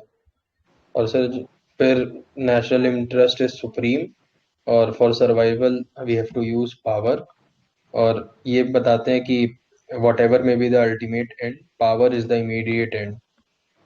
और फिर इसके बाद सर बोलते हैं एथिक्स को सेपरेट कर देते हैं पॉलिटिक्स से और कहते हैं universal moral can not be applied to states, और जो इसके थ्रू मतलब दिखाते हैं डुअल मोरालिटी। और उन आइडियोलॉजीज को रिडंडेंट मानते हैं क्योंकि आइडियोलॉजीज जो है रियल इंटेंशंस को हाइड कर देती हैं। ये सब बताते मास्क हैं की तरह है। हाँ जी। 1 by 1। उन्होंने इथिकलिटी ऑफ पॉलिटिक्स बताया। हाँ ठीक है, बढ़िया। इन्होंने ह्यूमन नेचर को एनिमस डोमिनेंट बता दिया, पावर सीकिंग एनिमल थुसिडाइट्स की तरह। और नेशनल इंटरेस्ट को सुप्रीम बताया, पावर इज द मीन्स बताया, पावर को मीन्स भी बताया और इंटरेस्ट भी बताया। यानी पावर से 2 चीज़ें निकली, यानी कि power has dual nature, means भी है, इंटरेस्ट भी, हमें चाहिए भी और इसी से आएगा भी। ठीक है। नेशनल इंटरेस्ट को तो बता दिया, सोल मोटिवेशन होना चाहिए, हाईली डायनेमिक है, दाव ये एक्सेप्ट करते हैं। और इसको नेशनल इंटरेस्ट को उन्होंने 2 core, vital interest national interest और कोर में नॉन वाइटल नेशनल इंटरेस्ट में भी बांटा, जो आगे जाके देखेंगे अगले टॉपिक में जब आएगा। रोल ऑफ एथिक्स में इन्होंने प्रैग्मेटिज्म पे फोकस किया, यूनिवर्सल मोरल प्रिंसिपल्स को अप्लाई नहीं करने दिया, और आपने जो बताया कि एथिकलिटी ऑफ पॉलिटिक्स को इस्टेब्लिश किया। आइडियोलॉजी को बोलता है कि does not matter international politics, ये mask to hide the real intentions है, एंजॉय करते रहिए इसको। और इंटरनेशनल पॉलिटिक्स को इन्होंने बोला कि यहाँ पर ना तो एथिक्स काम करता है, ना इकोनॉमिक्स काम करता है, ना लॉ काम करता है, ये तो ऑटोनोमस फील्ड है इंटरनेशनल पॉलिटिक्स, ये अपना ही नॉर्म्स है, और यहाँ पर कंटिन्यूस स्ट्रगल ऑफ पावर होता रहता है।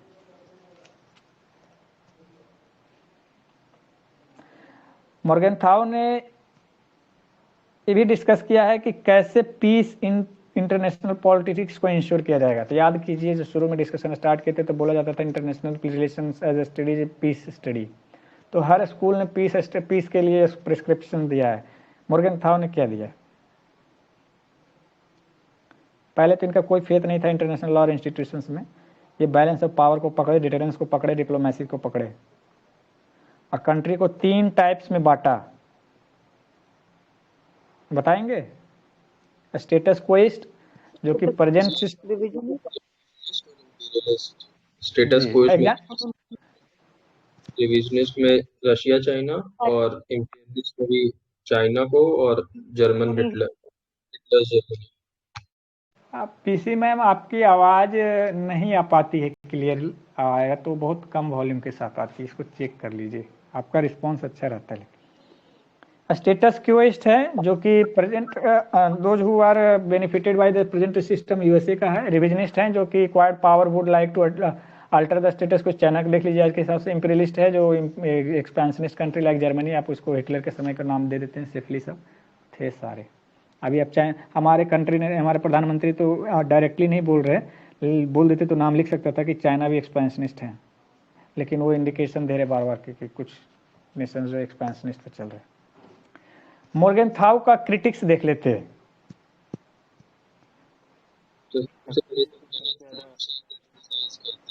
आपकी बेंथम सर आपकी आवाज भी वैसी हो रही है, थोड़ा फिर से बोलिए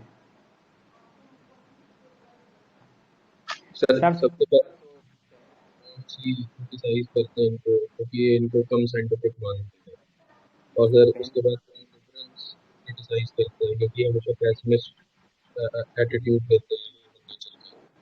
yes welcome sir. Sir I would recommend कि आप एक बार लेफ्ट करके वापस आइए सर, क्योंकि मुझे तो मतलब आधी बातें शायद समझ नहीं। Yes sir. Mic voice background में हो जाता है, ऐसा लगता है, तो लगता है कि आप दूर हो जाते हैं माइक से, शायद ऐसा हो रहा हो, देख लीजिएगा। क्रिटिसिज्म मोर्गेनथाउ जो है शुरू ही हो गया न्यू रियलिस्ट से, तो पहले हम लोग वहीं से स्टार्ट करेंगे कि उनको सबसे पहले रियलिस्ट वालों ने लपेटा। केनेथ वॉल्स ने बोला कि ये साइंटिफिक नहीं है, मैं इसे बनाएगा। और ये क्यों नहीं साइंटिफिक है? क्योंकि ये एनालिसिस ऑफ ह्यूमन नेचर करते। तो वो गए स्ट्रक्चर पे फोकस करने। याद कीजिएगा उस समय ग्रेट डिबेट भी चल रहा था उनका ट्रेडिशनलिस्ट से, बिहेवियरलिस्ट से। तो बिहेवियरल को यूज भी किया इन्होंने, बोला कि बिहेवियरल पकड़ के रख लेंगे। उस समय पोस्ट बिहेवियरल मूवमेंट भी चल रहा था, तो उनको भी काउंटर करने के लिए इंटरनेशनल रिलेशन थ्योरी में उन्होंने स्ट्रक्चर पे फोकस किया। लिबरल्स इनको पकड़ के कहते हैं कि यार पार्शियल व्यू रखते हो आप, एलिमेंट्स ऑफ कोऑपरेशन भी है, बैलेंस व्यू रखना चाहिए आपको ह्यूमन नेचर। जॉन लॉक वाला याद आता। मार्क्सिस्ट वाला इन्होंने हॉब्स पकड़ लिया था। मार्क्सिस्ट बोलते हैं कि ये आपका जो सो कॉल्ड नेशनल इंटरेस्ट है वो prime motivation is to create false consciousness है। ये प्राइमरली जो इंटरनेशनल पॉलिटिक्स है primarily guided by economic interest. Feminist बोलती हैं कि एक्सट्रीमली बोलते हैं कि जो रियलिस्ट एजम्पशंस है इंटरनेशनल पॉलिटिक्स वो masculinist view of human nature को देखता है। तो फेमिनिस्ट में एम जे टिकनर जो है प्रॉपरली इनको साइंटिफिकली 6 पॉइंट्स को 6 पॉइंट से आर्ग्यू करके काउंटर किया है।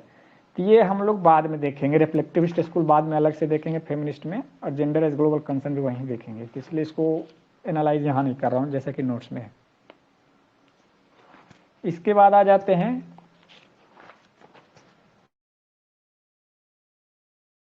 Structural realism. अच्छा, इसमें ये भी है, पोस्ट कॉलोनियलिस्ट भी बोलते हैं कि ये यूरोसेंट्रिक व्यू है। पोस्ट मॉडर्निस्ट बोलते हैं मेटा नैरेटिव है, और क्या मतलब एम्बिगुअस है, पता नहीं उनका पावर से क्या मतलब है, what is what ought to भी क्या कहते हैं। लिबरल्स बोलते हैं जो भी है, बोल दिया हमने। कंक्लूजन में लिखेंगे इनका मोर्गेनथाउ का कि it is a partial one sided view of international politics because we also see cooperation. अब आ जाते हैं हम लोग स्ट्रक्चरल रियलिज्म में। कोल्ड वार के समय जी आप जस्टिफाई आपकी लास्ट लाइन की थोड़ा बहुत वो भी है, can we include the views of Hedley Bull English school? बिल्कुल है ना, क्योंकि that will give us the validation to put that argument कि नहीं थोड़ा बहुत कोऑपरेशन है, क्योंकि यूएन का बोलेंगे तो मुझे खुद को डाउट होगा अपने आंसर पर। So rather we should use that view, English school का व्यू यूज कर सकते हैं। जब एग्जाम में जाएंगे ना तो आप उसको ऐसा नहीं कि जो नोट्स में यहाँ देखा है, आपको जितने स्कॉलर पॉइंट्स व्यू सारे स्कूल्स के सब को आपको वहाँ पर कोलेक्ट करना है, कॉलेज बनाना है उनका। Yes sir, I get it. Kenneth Waltz आ जाते हैं डिफेंसिव रियलिज्म में, इसको भी बोलते हैं, वो मेयरसाइमर ऑफेंसिव रियलिज्म में है, लेकिन दोनों जो है स्ट्रक्चरल रियलिज्म है, नियो रियलिज्म है, नियो ये है। केनेथ वाल्ज का बुक का नाम theory of international politics 1970। Background context cold war के टाइम पर या end of cold war? End नहीं हुआ, इंड होगा मेयरसाइमर में। अच्छा ओके। और लास्ट के वाला याद रखिएगा, no idea is ever intelligible. Save in the context of time, political idea है ना। तो केनेथ वॉल्ज का डिफेंसिव रियलिज्म बोलते हैं, थ्योरी ऑफ आईपी आया था 1979 में। उस समय यूएसए और यूएसएसआर के बीच में डिटेंटे चल रहा था, इसको इनको डिटेंटे रियलिस्ट भी बोलते हैं। और ये मॉर्गनथाउ को साइंटिफिक नहीं मानते थे, खुद को साइंटिफिक रियलिज्म बना, क्योंकि उन्होंने बिहेवियरल अप्रोच को भी एकोमोडेट किया थोड़ा सा, बिहेवियरल ट्रेडिशनलिस्ट वाले ग्रेट डिबेट के हिस्सा बनते हुए। इनका मेथोडोलॉजी था structuralism, structure constrain the choices of actors. ये आपको एक्सप्लेन करेगा कि क्यों किसी कंट्री का फॉरेन पॉलिसी में कंटिन्यूटी रहता है, इंडिया में भी आप बता। इन्होंने बोला कि स्ट्रक्चर ऑफ द वर्ल्ड भी एनार्की वर्सेस हायरार्की है।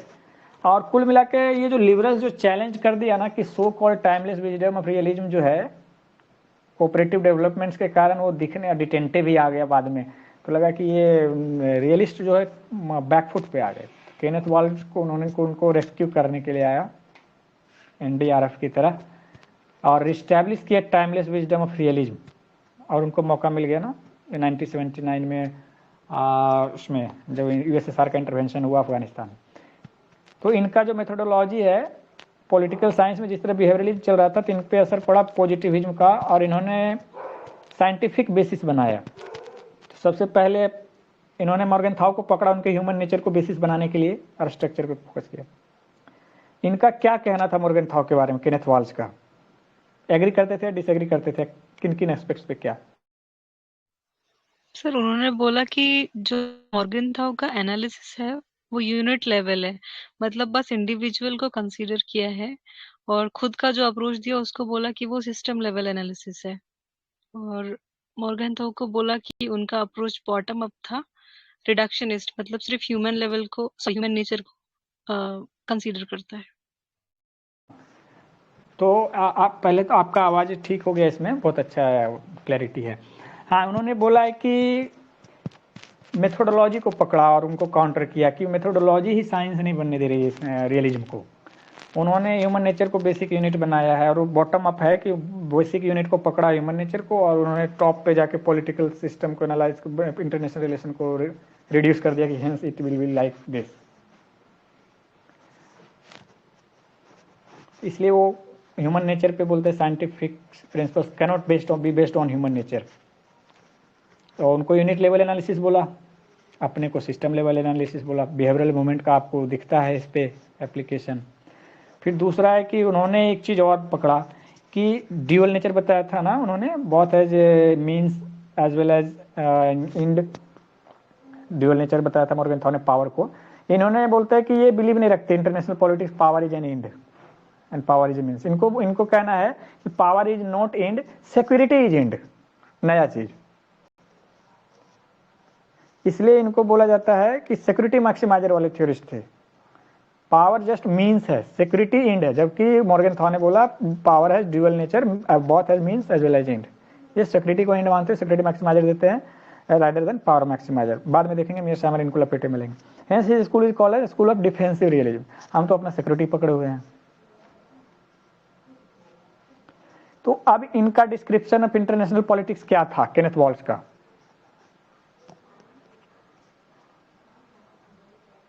Anarchy leads to a logic of self-help in which states seek to maximize their security with balance of power recurrently as a form to do so. ठीक, great submission. इन्होंने international politics को भी system of sovereign states ही माना। तो याद रखिएगा, जितने भी स्कूल्स आएंगे रियलिज्म के, उनके बेसिक एजम्पशंस सेम रहते हैं। स्टेटिज्म बोला जाता है, आप इसमें sovereign states, nation states, Westphalian world order पकड़े रहते हैं लोग। States are sovereign, there is no common authority over and above the states, hence the structure of international politics is anarchical. तो पहला तो हो गया nation state Westphalian world order, दूसरा हो गया एनार्किकल। और उन्होंने बोला कि इंटरनेशनल पॉलिटिक्स और डोमेस्टिक पॉलिटिक्स में डिफरेंस है। अब ये बता दीजिए क्या डिफरेंस है?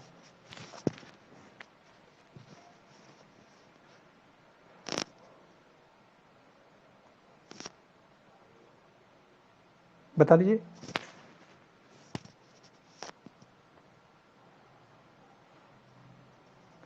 Domestic politics, am I Audible?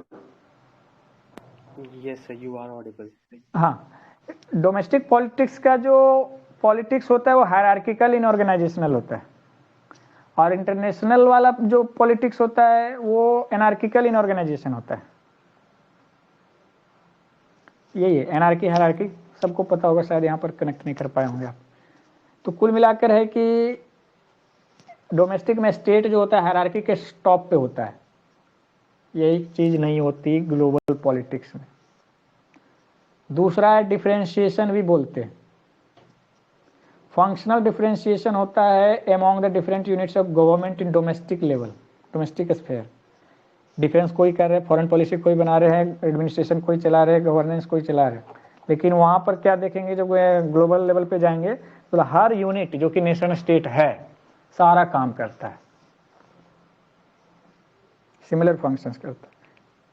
तो सभी सिमेट्रिकल एक्टर्स है और वो है स्टेट्स, नेशन स्टेट्स। दूसरा की कैपेबिलिटीज, स्टेट्स जो है डिफर करते हैं सिर्फ एक चीज में, वो है capabilities, and capabilities is the determinant of power. कुल मिलाकर पावर में वो अलग अलग हो गए, कुछ पावरफुल है कुछ कम पावरफुल है। अब इन्होंने बोला कि ये स्ट्रक्चर जो है कंपेल करता है स्टेट को to go for self help. जब तक स्ट्रक्चर चेंज नहीं होगा इंटरनेशनल पॉलिटिक्स का, it will not change, self help ही वर्क करेगा। Hence establish realism as timeless wisdom. बोला hence it is timeless wisdom, क्योंकि बोला कि यदि विल्सोनियन ने और न्यूलिबरल इंस्टीट्यूशन ने बोला कलेक्टिव सिक्योरिटी तो वर्क कर दे तो देख लेंगे, लेकिन वर्क नहीं किया तो हमारा टाइमलेस विजडम बना रहेगा। आज भी कलेक्टिव सिक्योरिटी की जगह कलेक्टिव डिफेंस ज्यादा यूजफुल दिख रहा है। अच्छा आप ये बता दीजिए कि एडवांटेज ऑफ स्ट्रक्चरल अप्रोच क्या रहा, कैसे मतलब ये इन थ्योरी कैसे एडवांटेज रहा रियलिज्म में?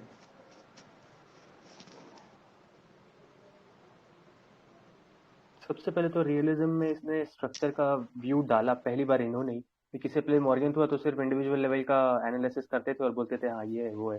तो सबसे बड़ा कंट्रीब्यूशन तो आई गेस यही है कि इन्होंने स्ट्रक्चर लेवल एनालिसिस को ही वहां पर अडॉप्ट करवाया रियलिस्ट स्कूल ऑफ थॉट में।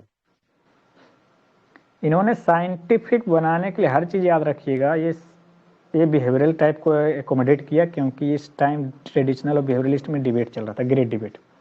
दूसरा है कि ये इनका पर्पस ही था साइंटिफिक बनाना, डिफरेंट टाइमलेस विजडम बनाना। साइंस बना देते बिहेवियरल की तरह तो फिक्स हो जाता, टाइमलेस विजडम बना देते क्योंकि बार बार डिफेंस होना पड़ता था कोऑपरेशन देख देख के, ना हर किसी का टाइम आता है आइडियोलॉजी रूल में, इंटरनेशनल थ्योरी में बढ़िया से दिखेगा। ये सोच रहे थे कि हमारा ही टाइम रहे। तो कुल मिलाकर इनका स्ट्रक्चरल अप्रोच जो अपनाया, स्ट्रक्चर को जो फोकस किया, कंटिन्यूटी। तो आप भी हमने बोला था कि कोई भी नेशन का जो स्ट्रक्चर होता है, जो ग्लोबल स्ट्रक्चर होता है, कंटिन्यूटी इन फॉरेन पॉलिसी को इंश्योर करता है। वो कंटिन्यूटी आपको दिखाता है कि यही तो साइंस है, कंटिन्यूटी आपको हर बार वही रिजल्ट आ रहा है। इसी चीज को तो फिक्स कर रहे थे कि यही तो लाना है। तो इनका स्ट्रक्चरल अप्रोच जो है eliminates the role of human agency. Morgenthau वाला बोला जैसे ही करेंगे स्ट्रक्चर कंस्ट्रेंट द चॉइसेस, तो autonomy of the actors, human actors जो जाएगा कम हो जाएगा, कॉम्प्रोमाइज हो जाएगा और हमारा साइंटिफिक दिखेगा। बाद में देखेंगे कि कैसे काउंटर होते हैं। एक स्ट्रक्चरेशन आया था एंथोनी गिडेंस का, उन्होंने बोला कि स्ट्रक्चर तो एक्टर पे कंस्ट्रेंट करता है उनके चॉइसेस को, और लेकिन एक्टर्स भी स्ट्रक्चर को मॉडिफाई कर देते हैं अपने चॉइसेस से और अपने विजडम से। मियर शाइमर हाँ सर, इन दोनों का ही एग्जांपल भी एक एक ले लेते हैं। जैसे एक्टर ने स्ट्रक्चर को मोल्ड कर दिया, तो नेहरू जी का इतना कैरिज्मा था, उनका इतना पावर था कि वो फॉरेन पॉलिसी को सिंगल हैंडेडली मनूवर कर सकते थे, तो वो एक्टर थे जिन्होंने स्ट्रक्चर को कंस्ट्रेंट किया। अब दूसरा वाला एक रिसेंट टाइम का ले लेते हैं। हाँ आप बोल सकते हैं कि जी रिसेंट वाला बता दीजिए रिसेंट वाला ऐसा है कि एक एग्जांपल ऐसे मेरे दिमाग में अभी ये आ रहा है कि पार्टीज चेंज हो गई लेकिन यूएस की फॉरेन पॉलिसी वहीं की वहीं रही कि we have to pivot to, मतलब वेस्ट एशिया से हम लोग को निकल के इंडो पैसिफिक पे आना है। प्रेसिडेंट दोनों व्यक्ति चेंज हो गए लेकिन फिलहाल सिस्टम वही है। जैसे उन्होंने बोला कि हमें अफगानिस्तान छोड़ना है, इन्होंने उसको इम्प्लीमेंट कर दिया। उन्होंने बोला हमें क्वाड बनाना है, इन्होंने क्वाड की समिट करा दी। उन्होंने बोला डेमोक्रेसी एंगेजमेंट कराना है, D10 का आइडिया यूके ने दिया, इन्होंने उसका समिट अपने यहाँ घर पे बुला के करवा दिया। तो कंटिन्यूटी दिख रही है बिकॉज ऑफ मतलब जो वो है उसमें, और ये वाले में हम नेहरू जी का दे दिए एग्जांपल। प्लीज बताइएगा अगर डिफरेंट हो रहा हो सर तो। नहीं सही है, हम लोग उतना दूर जाएंगे उससे पहले इंडिया का ही देखेंगे। जब हमारे यहाँ प्राइम मिनिस्टर चेंज होते हैं तो कंटिन्यूटी पे डिबेट उठता है, तो मोदी जी है तो डिबेट उठा। लेकिन हमारा पता है कि ओवरऑल ओवर आर्किंग जो grand strategy towards bilateral relations, toward international organisations, toward regional interactions वो सेम ही है। साउथ ईस्ट एशिया हो, सेंट्रल एशिया हो, यूएसए हो, चाइना हो, पाकिस्तान हो, this is all because of the constraints provided by the structure of the global level, at the global level and the domestic level। वो continuity ensure करता है। थोड़ा सा चेंज आएगा, जो किसी राजामन बोला था कि स्पीड आ गया, तो स्पीड ठीक है। दूसरा आपने जो पहला एग्जांपल दिया ब्यूटीफुल था नेहरू जी ने, कि स्ट्रक्चर तो देखा ऐसा वैसा वैसा, लोग मैं तीसरा स्ट्रक्चर में एक डाल ही देता हूँ, एक पिलर और लो, स्ट्रक्चर ही चेंज हो गया, मॉडल ऑफ द स्ट्रक्चर। ठीक है ना, beautiful, great contribution from the India. आप देखते हैं कि इनमें मेयर शाइमर आते हैं अपने गुरुजी को थोड़ा सा और रिफॉर्म करते हुए। क्यों आए, पहले इनको आना क्यों पड़ा? जी सर इसमें ये कर सकते हैं कि 1979 में जो डिटेंटी है या क्या वर्ड है वो, डिटेंटे, DETENTE।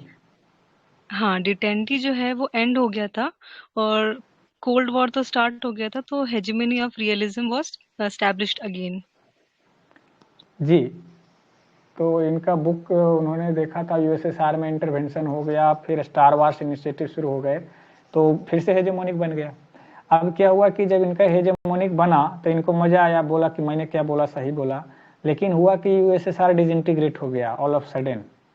थ्योरिस्टिशियन थ्योरी दे रहे थे, लेकिन जो हुआ जो हो गया। जब हो गया तो उसके बाद ही बोला ये क्या हुआ, रियलिस्ट वाले घर में घुस गए, दरवाजे बंद कर लिए, खिड़कियां बंद कर लिए, एनालाइज करने लगे। और न्यू लिबरल वाले आए, हवा में खुले तैरने लगे, बोले ये अब गाड़ी चलाएगा, घूमेगा, सैर करेगा। ठीक है, तो दुख हुआ जो रियलिस्ट में बिलीव करते थे, और फिर से आएंगे मेयर शाइमर रेस्क्यू करने के लिए रियलिज्म को। वो 2001 में एक बुक लिखते हैं, लगभग 10-12 साल देख लेने के बाद। अब सोचते हैं कि मैं वही पुरानी चीजें लिखूंगा तो फिर मानेगा नहीं, थोड़ा सा मॉडिफाई करूंगा और टाइमलेस विजडम फिर बना देंगे। तो आप देखेंगे कि रियलिस्ट स्कूल में बहुत ही साइलेंसी है, वो टिक जाते हैं आकर, अपने आप को मॉडिफाई कर लेते हैं, और वो अपने आप को मॉडिफाई करने के लिए भी रेडी है। मार्क्सिस्ट वाले आपको थोड़े रिजिड दिखेंगे, लेकिन रियलिस्ट वाले समय के साथ थ्योरी मॉडिफाई करते हैं और अपने आप को रिलेवेंट बनाए रखते हैं। तो 2001 में इनका बुक का नाम क्या था मेयर शाइमर का? Tragedy of great power politics. तो title itself speaks volume a lot. इनका बोला जाता है कि ये पोस्ट कोल्ड वार रियलिस्ट है। पहला वाला जो वो थे डिटेंटेड रियलिस्ट, ये पोस्ट कोल्ड वार रियलिस्ट है। इनका कॉन्टेक्स्ट तो बता दिया आपको कि इंटरनेशनल लॉ और इंटरनेशनल ऑर्गेनाइजेशन में बहुत ग्रोथ हुआ, WTO आया, न्यू लिबरल ग्लोबलाइजेशन हुआ, इंटरेक्शंस बढ़ा, interdependence, cooperative interdependence, security community, इतना थ्रीट आया न्यू लिबरल्स के थ्रू ना कि मतलब हालत खराब हो गई। टाइमलेस विजडम पे डाउट उठा तो उन्होंने एनार्की से बोला कि तो यार एब्सेंस ऑफ ग्लोबल सोसाइटी की तरफ बढ़ रहा है, एब्सेंस ऑफ वर्ल्ड गवर्नमेंट की छोड़ो, ये सब हो रहा है। आप बताइए कि इनका मॉर्गेनथाउ से कैसे कंपैरिजन करेंगे मेयर शाइमर का? दोनों एनार्की बोलते हैं। उन्होंने क्या बोला था? Maximise the security. ये क्या बोलते हैं? The self help system compels the state to maximise their relative power position as they can never be sure of other states intention. हमें क्या पता कि पाकिस्तान के दिमाग में क्या चल रहा है। तो ये जो इनका कोरेसेंस था कि सिक्योरिटी को मैक्सिमाइज, मतलब वो मैक्सिमाइज द सिक्योरिटी जो वॉल्स नहीं देता, इन्होंने भी बताया एनार्की है, self help is the only option, but ये कंपेल कर देती है। तो उन्होंने बताया कि एक्टर का कोई नहीं है भाई, मोदी जी हो या राहुल गांधी हो, करना उनको वही है। मतलब ऐसा उन्होंने बोला होगा। जी, तो बोलते हैं कि स्टेट जो है वो पावर मैक्सिमाइजर है, मतलब power is both means and and. और जो यूनिट लेवल एनालिसिस था, जो उन्होंने खुद से अपना साइंटिफिक स्ट्रक्चर एनालिसिस बनाया था, वापस से उसको एस्टैब्लिश करते हैं वो। याद रखिएगा इनका एक और कॉन्टेक्स्ट था जब वर्क कर रहे, अपना बुक लिख रहे थे, वो था rise of China, USA China का ये डिबेट उठ चुका था कहीं ना कहीं। अब देखेंगे कि केनेथ वॉल्ट से जब कंपेयर करेंगे, सॉरी इनका यदि मॉर्गेनथाउ से कंपेयर करेंगे तो बीच बीच में केनेथ वॉल्ट का ऐसा आता है कि मेयर शाइमर ने भी, इसीलिए तो ये स्ट्रक्चरलिस्ट और न्यू रियलिस्ट में आ गए, कि ये भी यूनिट लेवल एनालिसिस से मॉर्गेनथाउ को फोकस नहीं किया, उस पर बोला नहीं ये गलत है, सिस्टम लेवल पे चलेंगे, स्ट्रक्चर पे फोकस करेंगे। दूसरा है कि मोर्गेनथाउ में इनका मैच कर गया कि ये पावर मैक्सिमाइजर होता है। हमारे जो ये गुरुजी थे केनेथ वाल जो तो आ गए थे कि सिक्योरिटी मैक्सिमाइजर में पावर मैक्सिमाइजर करेंगे। जैसे पावर मैक्सिमाइजर किया आ गए ऑफेंसिव रिलीज में।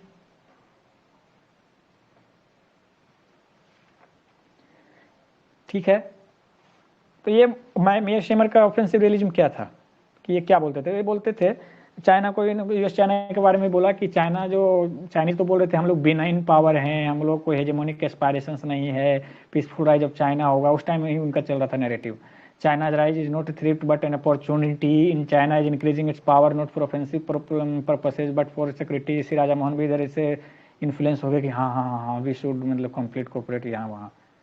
बोला ठीक है, जो था वो था। मेयर शाइमर ने ऑफेंसिव रिलीज में बोला कि ऐसा कुछ नहीं होने वाला है, देखो क्या होगा। States are not a status quest, clear. They acquire power not for security but for domination. अब देखिए आपको थ्यूसिडाइड्स ट्राइब का अच्छा से एनालिसिस हो जाएगा यूएस चाइना का। Hence countries today add more and more power to protect its security. अब ये पावर डिफरेंशियल को बनाए रखने के लिए बोलते हैं कि यदि चाइना ने पावर डिफरेंशियल मिनिमाइज किया तो यूएसए को बहुत दिक्कत होने वाली। अब ये बता दीजिए कि मेयर शाइमर ने केनेथ वाल्स के आर्गुमेंट पे यहाँ पर जो काउंटर किया पावर मैक्सिमाइजर सिक्योरिटी मैक्सिमाइजर के नाम पे, ऑफेंसिव से डिफेंसिव से ऑफेंसिव हो गए। क्या डिफरेंसेज हैं दोनों में, वाल्स और मेयर शाइमर में? कंपेयर तो होगा, 3-4 डिफरेंसेज लिख रखे। पर्पस ऑफ पावर पे क्या बोलते हैं ये बता दीजिए दोनों, मेयर शाइमर और वाल्स।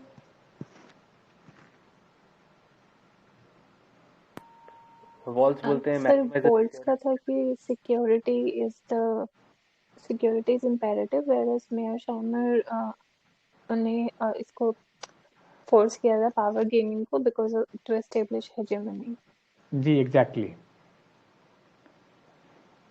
ये पर्पस ऑफ पावर हो गया। और फिर हाउ मच पावर पे क्या क्या बोला दोनों ने, यहाँ पर भी डिफरेंस दिखेगा। यहाँ पे डिफेंसिव एंड ऑफेंसिव वाला कॉन्सेप्ट आ जाएगा। दैट वॉल्स ने बोला था कि defensive just to defence security, whereas Mearsheimer आज to gain power for offensive purpose as well.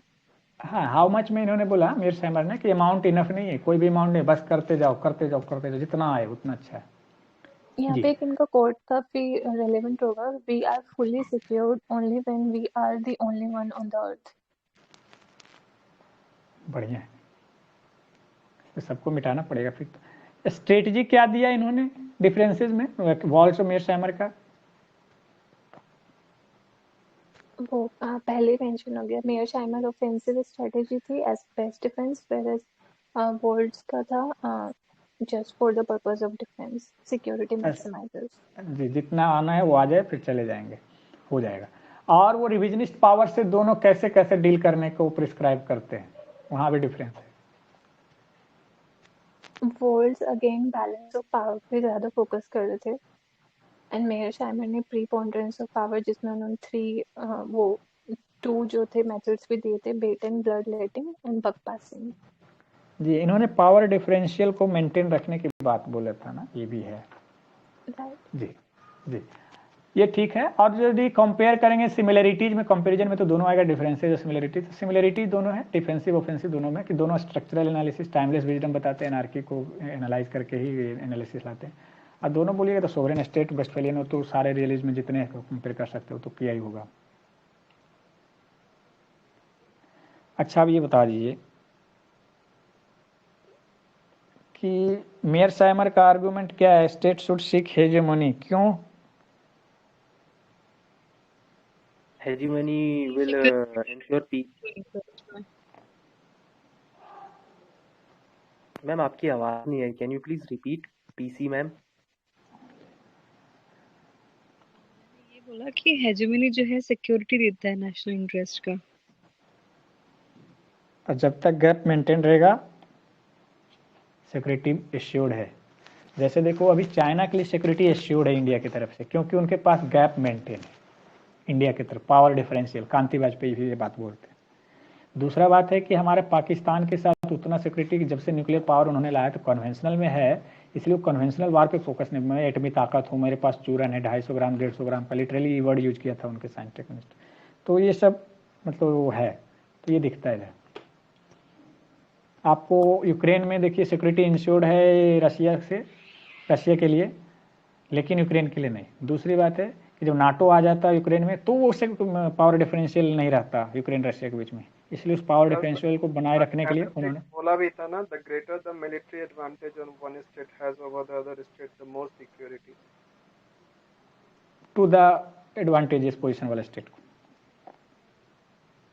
ये अपने आप को ना अमेरिका को सजेस्ट करे सब चीज़ें, ये ऑफेंस को प्रीफर करते हैं, ठीक है। ये बोलते हैं it is not necessary that other countries will go for balancing, countries can also opt for bandwagoning. तो बैलेंसिंग की जगह बैंड वैगनिंग कर लो, ग्रुप मिल लो। Victor can make up the loss in the war from the territories of the vanquished by different means. उनके according ये 2 types of measures देते हैं कि कैसे पॉलिसीज अपनाएंगे बैलेंसिंग का या पावर मेंटेनेंस का, पावर हेजेमनी करने का, पावर गैप मेंटेन करने का। इसमें बोलते हैं डायरेक्ट मेथड है, इनडायरेक्ट मेथड है। तो डायरेक्ट मेथड में क्या क्या है? And blackmailing. जी, वार एंड ब्लैकमेलिंग। वार जो है इफिशिएंट एंड कॉस्टली है, ब्लैकमेलिंग जो कॉस्ट इफेक्टिव है लेकिन वर्क नहीं कर सकता कभी कभी। दूसरा इनडायरेक्ट मेजर्स में क्या क्या है जो अभी यूएसए ने बढ़िया से प्रैक्टिस किया दिखता है यूक्रेन में? Buck passing. इसमें है कि क्या होता है इसका मतलब? Transfer the buck to the other country. अपना इंडिया बर्डन शिफ्ट करना किसी दूसरे कंट्री। हाँ, ये इंडिया की तरफ भी बर्डन शिफ्ट करने की कोशिश कर रहे थे, तो हमारे यहाँ पॉलिटिकल लीडरशिप की मैच्योरिटी दिखती थी। दूसरा क्या है इनडायरेक्ट मेजर्स में? Bait and bleed. हाँ, इसमें क्या होता है? जब वो दोनों लड़ते रहे तो दोनों को फाइनेंस करते रहो और फिर दोनों का जितना खून बहे। मतलब जैसे कि Iran oil and Chinese confrontation जो हुआ था, दो दुश्मन को लड़ते रहना, फूट डालो, शासन करो, नहीं लड़े तो लड़ाते रहो, कमजोर रखे रहो। चाइना भी सोचता है कि इंडिया को पाकिस्तान से कंटेन करा दे, साउथ एशिया रीजन से बाहर इनका हेजेमनी ना जाए, यहाँ भी हेजेमनी ना ला पाए। फिर वो पाकिस्तान अफगानिस्तान में इंडिया करते रहे, अफगानिस्तान में कुछ को फंड करे, जो भी है दुश्मन को कमजोर रखना है। ब्लड लेटिंग में क्या है? Prolonging the war. तो दोनों कंट्री को सप्लाई करते हैं ना। हाँ, एक मीम आया था ना महाभारत से या रामायण से, दोनों लड़ते रहो, एक दूसरे को समाप्त कर लो, अच्छा लग रहा है। कंक्लूजन क्या है कि ये tragedy of great power politics, struggle for power and domination चलता रहेगा, इसलिए ट्रेजेडी है। ग्रेट पावर पॉलिटिक्स होगा तो ये तो हो के रहेगा। इसके बाद आता है नियो क्लासिकल रियलिज्म। इसमें नियो वाला भी है, स्ट्रक्चर भी रहेगा, classical. Am I audible now? Yes sir। जी, नियो क्लासिकल रियलिज्म में नियो वाला भी रहेगा, स्ट्रक्चरल वाला एनालिसिस, और क्लासिकल वाला unit level analysis, human nature भी रहेगा, इसलिए नियो क्लासिकल रियलिज्म। स्कॉलर कौन से हैं? फरीद ज़कारिया। कैसा थ्योरी है? Post colonial theory. नहीं, जकारिया पोस्ट कॉलोनियल नहीं, बॉम्बे में बॉर्न हुए, अमेरिका में बस गए, वो पोस्ट कॉलोनियल नहीं। मेथोडोलॉजिकल, ये मेथड की स्टडी किए, इंटरनेशनल पॉलिटिक्स को, नियो क्लासिकल सबको मेथड को एनालाइज किए, घुसा दिए। न्यू वाला मेथड है, क्लासिकल मेथड। इन स्कॉलर्स के according both the structure of international politics और study of foreign policy makers, दोनों को देखना है, एनालिसिस करना है। यही बोलते हैं कि स्ट्रक्चर भी इनकॉन्स्टेंट करता है और यूनिट लेवल जो फॉरेन पॉलिसी मेकर्स है, प्रैक्टिशनर्स है, वो भी स्ट्रक्चर को चेंज करता है, दोनों का इनपुट आता है। अभी जैसे हम लोगों ने पिछली बार बोला था कि साइंस बना दिया, स्ट्रक्चर ने कांस्टेंट कर दिया, मोदी जी रहे या नेहरू जी रहे या इंदिरा गांधी जी रहे, सब एक ही काम करेंगे, लेकिन कुछ तो चेंजेज आते हैं। नेहरू जी वर्ल्ड पॉलिटिक्स में रूल कर रहे थे, उन्होंने थर्ड पिलर डाल दिया 2 पोल के जगह, उन्होंने मूवमेंट बना दिया, इंडिया का कंट्रीब्यूशन, इंडिया को वर्ल्ड पावर गेम में उन्होंने पॉजिटिवली इस्टेब्लिश किया। इंदिरा गांधी असर्टिव थी, स्ट्रक्चर सेम था, बाइपोलर वर्ल्ड था, लेकिन उसी में इन्होंने एक्शन लेके वर्ल्ड का हिस्ट्री और ज्योग्राफी चेंज किया। मोदी जी आए, स्ट्रक्चर चेंज था, फिर भी इन्होंने लीड किया। रिसोर्सेज हमारे पास कम थे, फिर भी इन्होंने international institutions like international solar alliance को इस्टेब्लिश किया। तो ये सब चीजें आती है। फिर जकारिया बोलते भी रहते हैं कि हमें कोई भी बोले मैं सेंट्रिस्ट हूँ, मैं प्रैग्मेटिक हूँ, मैं जो चीजें देखता हूँ जो सही लगता है वो बोलता हूँ। कुछ लोग बोलते हैं वो सेंट्रिस्ट। तो इन्होंने ये भी बोला कि just for the sake of making study scientific we should not sacrifice the practical wisdom found in classical realism. ये नहीं कि मैं साइंस बनाऊंगा इसलिए पहले तो उसको हटाओ क्लासिकल वाले को, तभी मेरा साइंस बनेगा। देखो सब सही। यहीं पर द एंड हो रहा है। आप फिलहाल बता दीजिए कि क्रिटिक्स ऑफ रियलिज्म किस किस स्कूल से आता है। चीजें वही रहेंगी। एक तो सबसे ज्यादा अच्छा क्रिटिक फेमिनिस्ट स्कूल से आता है, और फिर दूसरा जी, लिबरल तो क्रिटिक करेंगे ही करेंगे। सबसे पहले लिबरल ही लिखेंगे सर, अच्छा ठीक ठीक, पहले लिबरल लिख लेते हैं, फिर क्योंकि वो लिखेंगे। लिबरल ऐसे है, वो रेशनल है। उन्होंने भी चीजों को बेसिकली एनालाइज किया है और प्रिस्क्राइब किया अल्टरनेटिव मॉडल। जबकि जो रिफ्लेक्टिविस्ट वाले हैं वो अल्टरनेटिव मॉडल नहीं देते properly. Sir but feminist do prescribe and alternative हाँ मॉडल। वो देते हैं, वो देते हैं आपको, फेमिनिस्ट देते हैं, लेकिन वो उसका आपका क्रिस्टल क्लियर है कि एग्जैक्टली क्या करना है। नो नो, उसमें एम्बिग्यूटी बहुत ज्यादा है। नॉर्मेटिव है, बस इतना लिख सकते हैं। अभी खुद क्रिस्टलाइज नहीं हुए। दूसरा ये नहीं बताते कि एग्जैक्टली करना क्या, इंस्टीट्यूशंस कैसे होना। वो सिर्फ आपको देखेंगे उसका प्रिस्क्रिप्शंस में जेंडर का रोल को उन्होंने और फेमिन के जो एट्रीब्यूट्स उन्होंने एनालाइज किए हैं उनको इंक्लूड करने की बात करते। No sir, very well pointed out कि यहाँ पर वो क्रिस्टलाइज नहीं हुआ है अभी तक, वो उतना ज्यादा फ्लरिश भी जैसे सारे स्कॉलर्स बोलते भी हैं, डेवलप नहीं हुआ है उतना ज्यादा। ठीक ठीक। हाँ तो सबसे पहले पकड़ेंगे लिबरलिज्म को, उन्होंने धर धर के रगड़ा है और सारे स्कूल्स का नाम देंगे उनके, सब स्कूल्स का। फिर देखेंगे मार्क्सिज्म का, ये भी रेशनलिस्ट थे, इन्होंने अल्टरनेटिव मॉडल बताया, एनालाइज किया प्रॉपरली इसी चीज़ को। फिर देखेंगे पोस्ट कॉलोनियलिज्म को, इन्होंने भी देखा है चीज़ों को। फिर अब आ जाइए वो सब English school, social constructivism, post modernism, feminism. Otherwise वो थोड़ा हो जाता है ना आगे पीछे, फ्लो नहीं रहेगा आंसर में। Okay sir. Sir English school में हार्डली बुल और मार्टिन राइट थे ना? जी, Hedley Bull, Hedley HEDLEY, anarchical society का। इन्होंने तो प्रॉपर पकड़ लिया था वर्ल्ड्स को ही कि एनार्की है को क्या पकड़, no world government security dilemma power, जो वर्ल्ड्स बोलते हैं उसी को बोला रे वो एनार्किकल सोसाइटी तो है। प्रोग्रेसिव डायनेमिक व्यू लो, वर्ल्ड्स ने क्या लिया, स्टैटिक व्यू ले लिया था कि ऐसा स्ट्रक्चर है यही रहेगा, अब इसमें वर्क करना है सबको। इन्होंने बोला रुको रुको, थोड़ा अच्छा आता है, ह्यूमन इवोल्यूशन होता है, चेंज इन रीजन होता है, ह्यूमन बिहेवियर में भी चेंजेज आता है, इसीलिए चेंजेस के कारण ही तो हम लोग कोऑपरेशन कॉन्फ्लिक्ट देखते हैं इंटरनेशनल स्टडीज। यानी ये डायनेमिक व्यू लेते हैं इंग्लिश स्कूल वाले। आप फरीद जकारिया या न्यू क्लासिकल रियलिस्ट वाले आप यूज उसमें डाल सकते हैं कि कंटिन्यूटी और चेंज इन फॉरेन पॉलिसी क्या होता है, क्योंकि ये दोनों कंटिन्यूटी स्टैटिक टाइप का हो गया वॉल्स वाला स्ट्रक्चर, और चेंज होता है क्योंकि वो एक्टर्स भी रोल करते हैं उसमें। उन्होंने खुद ही एग्जांपल दिया था एक आर्टिकल में 2016 के कि सारी चीजें सेम थी, प्रेसिडेंट भी यूएस के सेम थे, स्टिल इंडिया के और इजराइल के रिलेशन में जो ट्रेमेंडस ग्रोथ देखी 2014 के टाइम पर, वो बताती है कि कंटिन्यूटी तो रही कि हाँ वेस्ट की तरफ अलाइंग होना है, लेकिन थोड़ा सा डाइवर्जेंस भी तो दिखा कि नहीं अब थोड़ा माइनॉरिटी, जो भी बोलो आप, जो भी अपीजमेंट है या जो भी पॉलिसी हो, लेकिन फिर भी वो इजराइल के साथ जो स्टैब्लिश करने वाला, ये उन्होंने खुद ही बताया अपने एग्जांपल्स में एक। अच्छा, स्ट्रक्चर चेंज होते हैं, वही मिखाइल गोर्बाचोव का कोई उद्देश्य नहीं था कि वो यूएसएसआर डिसइंटीग्रेट कर दे, कोल्ड वॉर खत्म हो जाए, बस हो गया। सेम आदमी दोनों में थे, जॉर्ज बुश लड़ रहे थे, बाद में न्यू वर्ल्ड ऑर्डर की घोषणा कर दी, वो दोनों मिलके एक साथ। I might not agree with Gorbachev, but ये सर हो सकता है, आप बोल रहे हैं तो जरूर होगा, but ये मेरा वो एस्टेब्लिश नहीं ऐसे मत मानिए, वो फॉल्ट में भी हो सकता है, मैंने बोला बस। वो क्योंकि वो किसी और का वो क्या बोलते हैं वो नहीं मिला मुझे, और थोड़ा सा डाइवर्जेंस मेरे पढ़े हुए में भी है, तो मुझे लग रहा है कि Gorbachev can not be established as an example for this.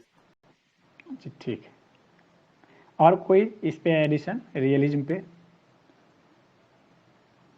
नहीं तो बाद में आएगा। स्ट्रेटेजिक रियलिज्म है ना, game theorist Thomas shelling, prisoners dilemma. ठीक है, Yes. अदरवाइज स्ट्रेटेजिक रियलिज्म भरा हुआ है, फिर रियलिज्म में ही रह जाएंगे। इसे रोकते हैं, फिर बाद में देखते क्या होता है, क्या फिर लिबरल में जाते हैं, जो बच्चा खुश आएगा लास्ट में फिर देखेंगे। Yes, sir. ठीक है, thank you friends. Thank you.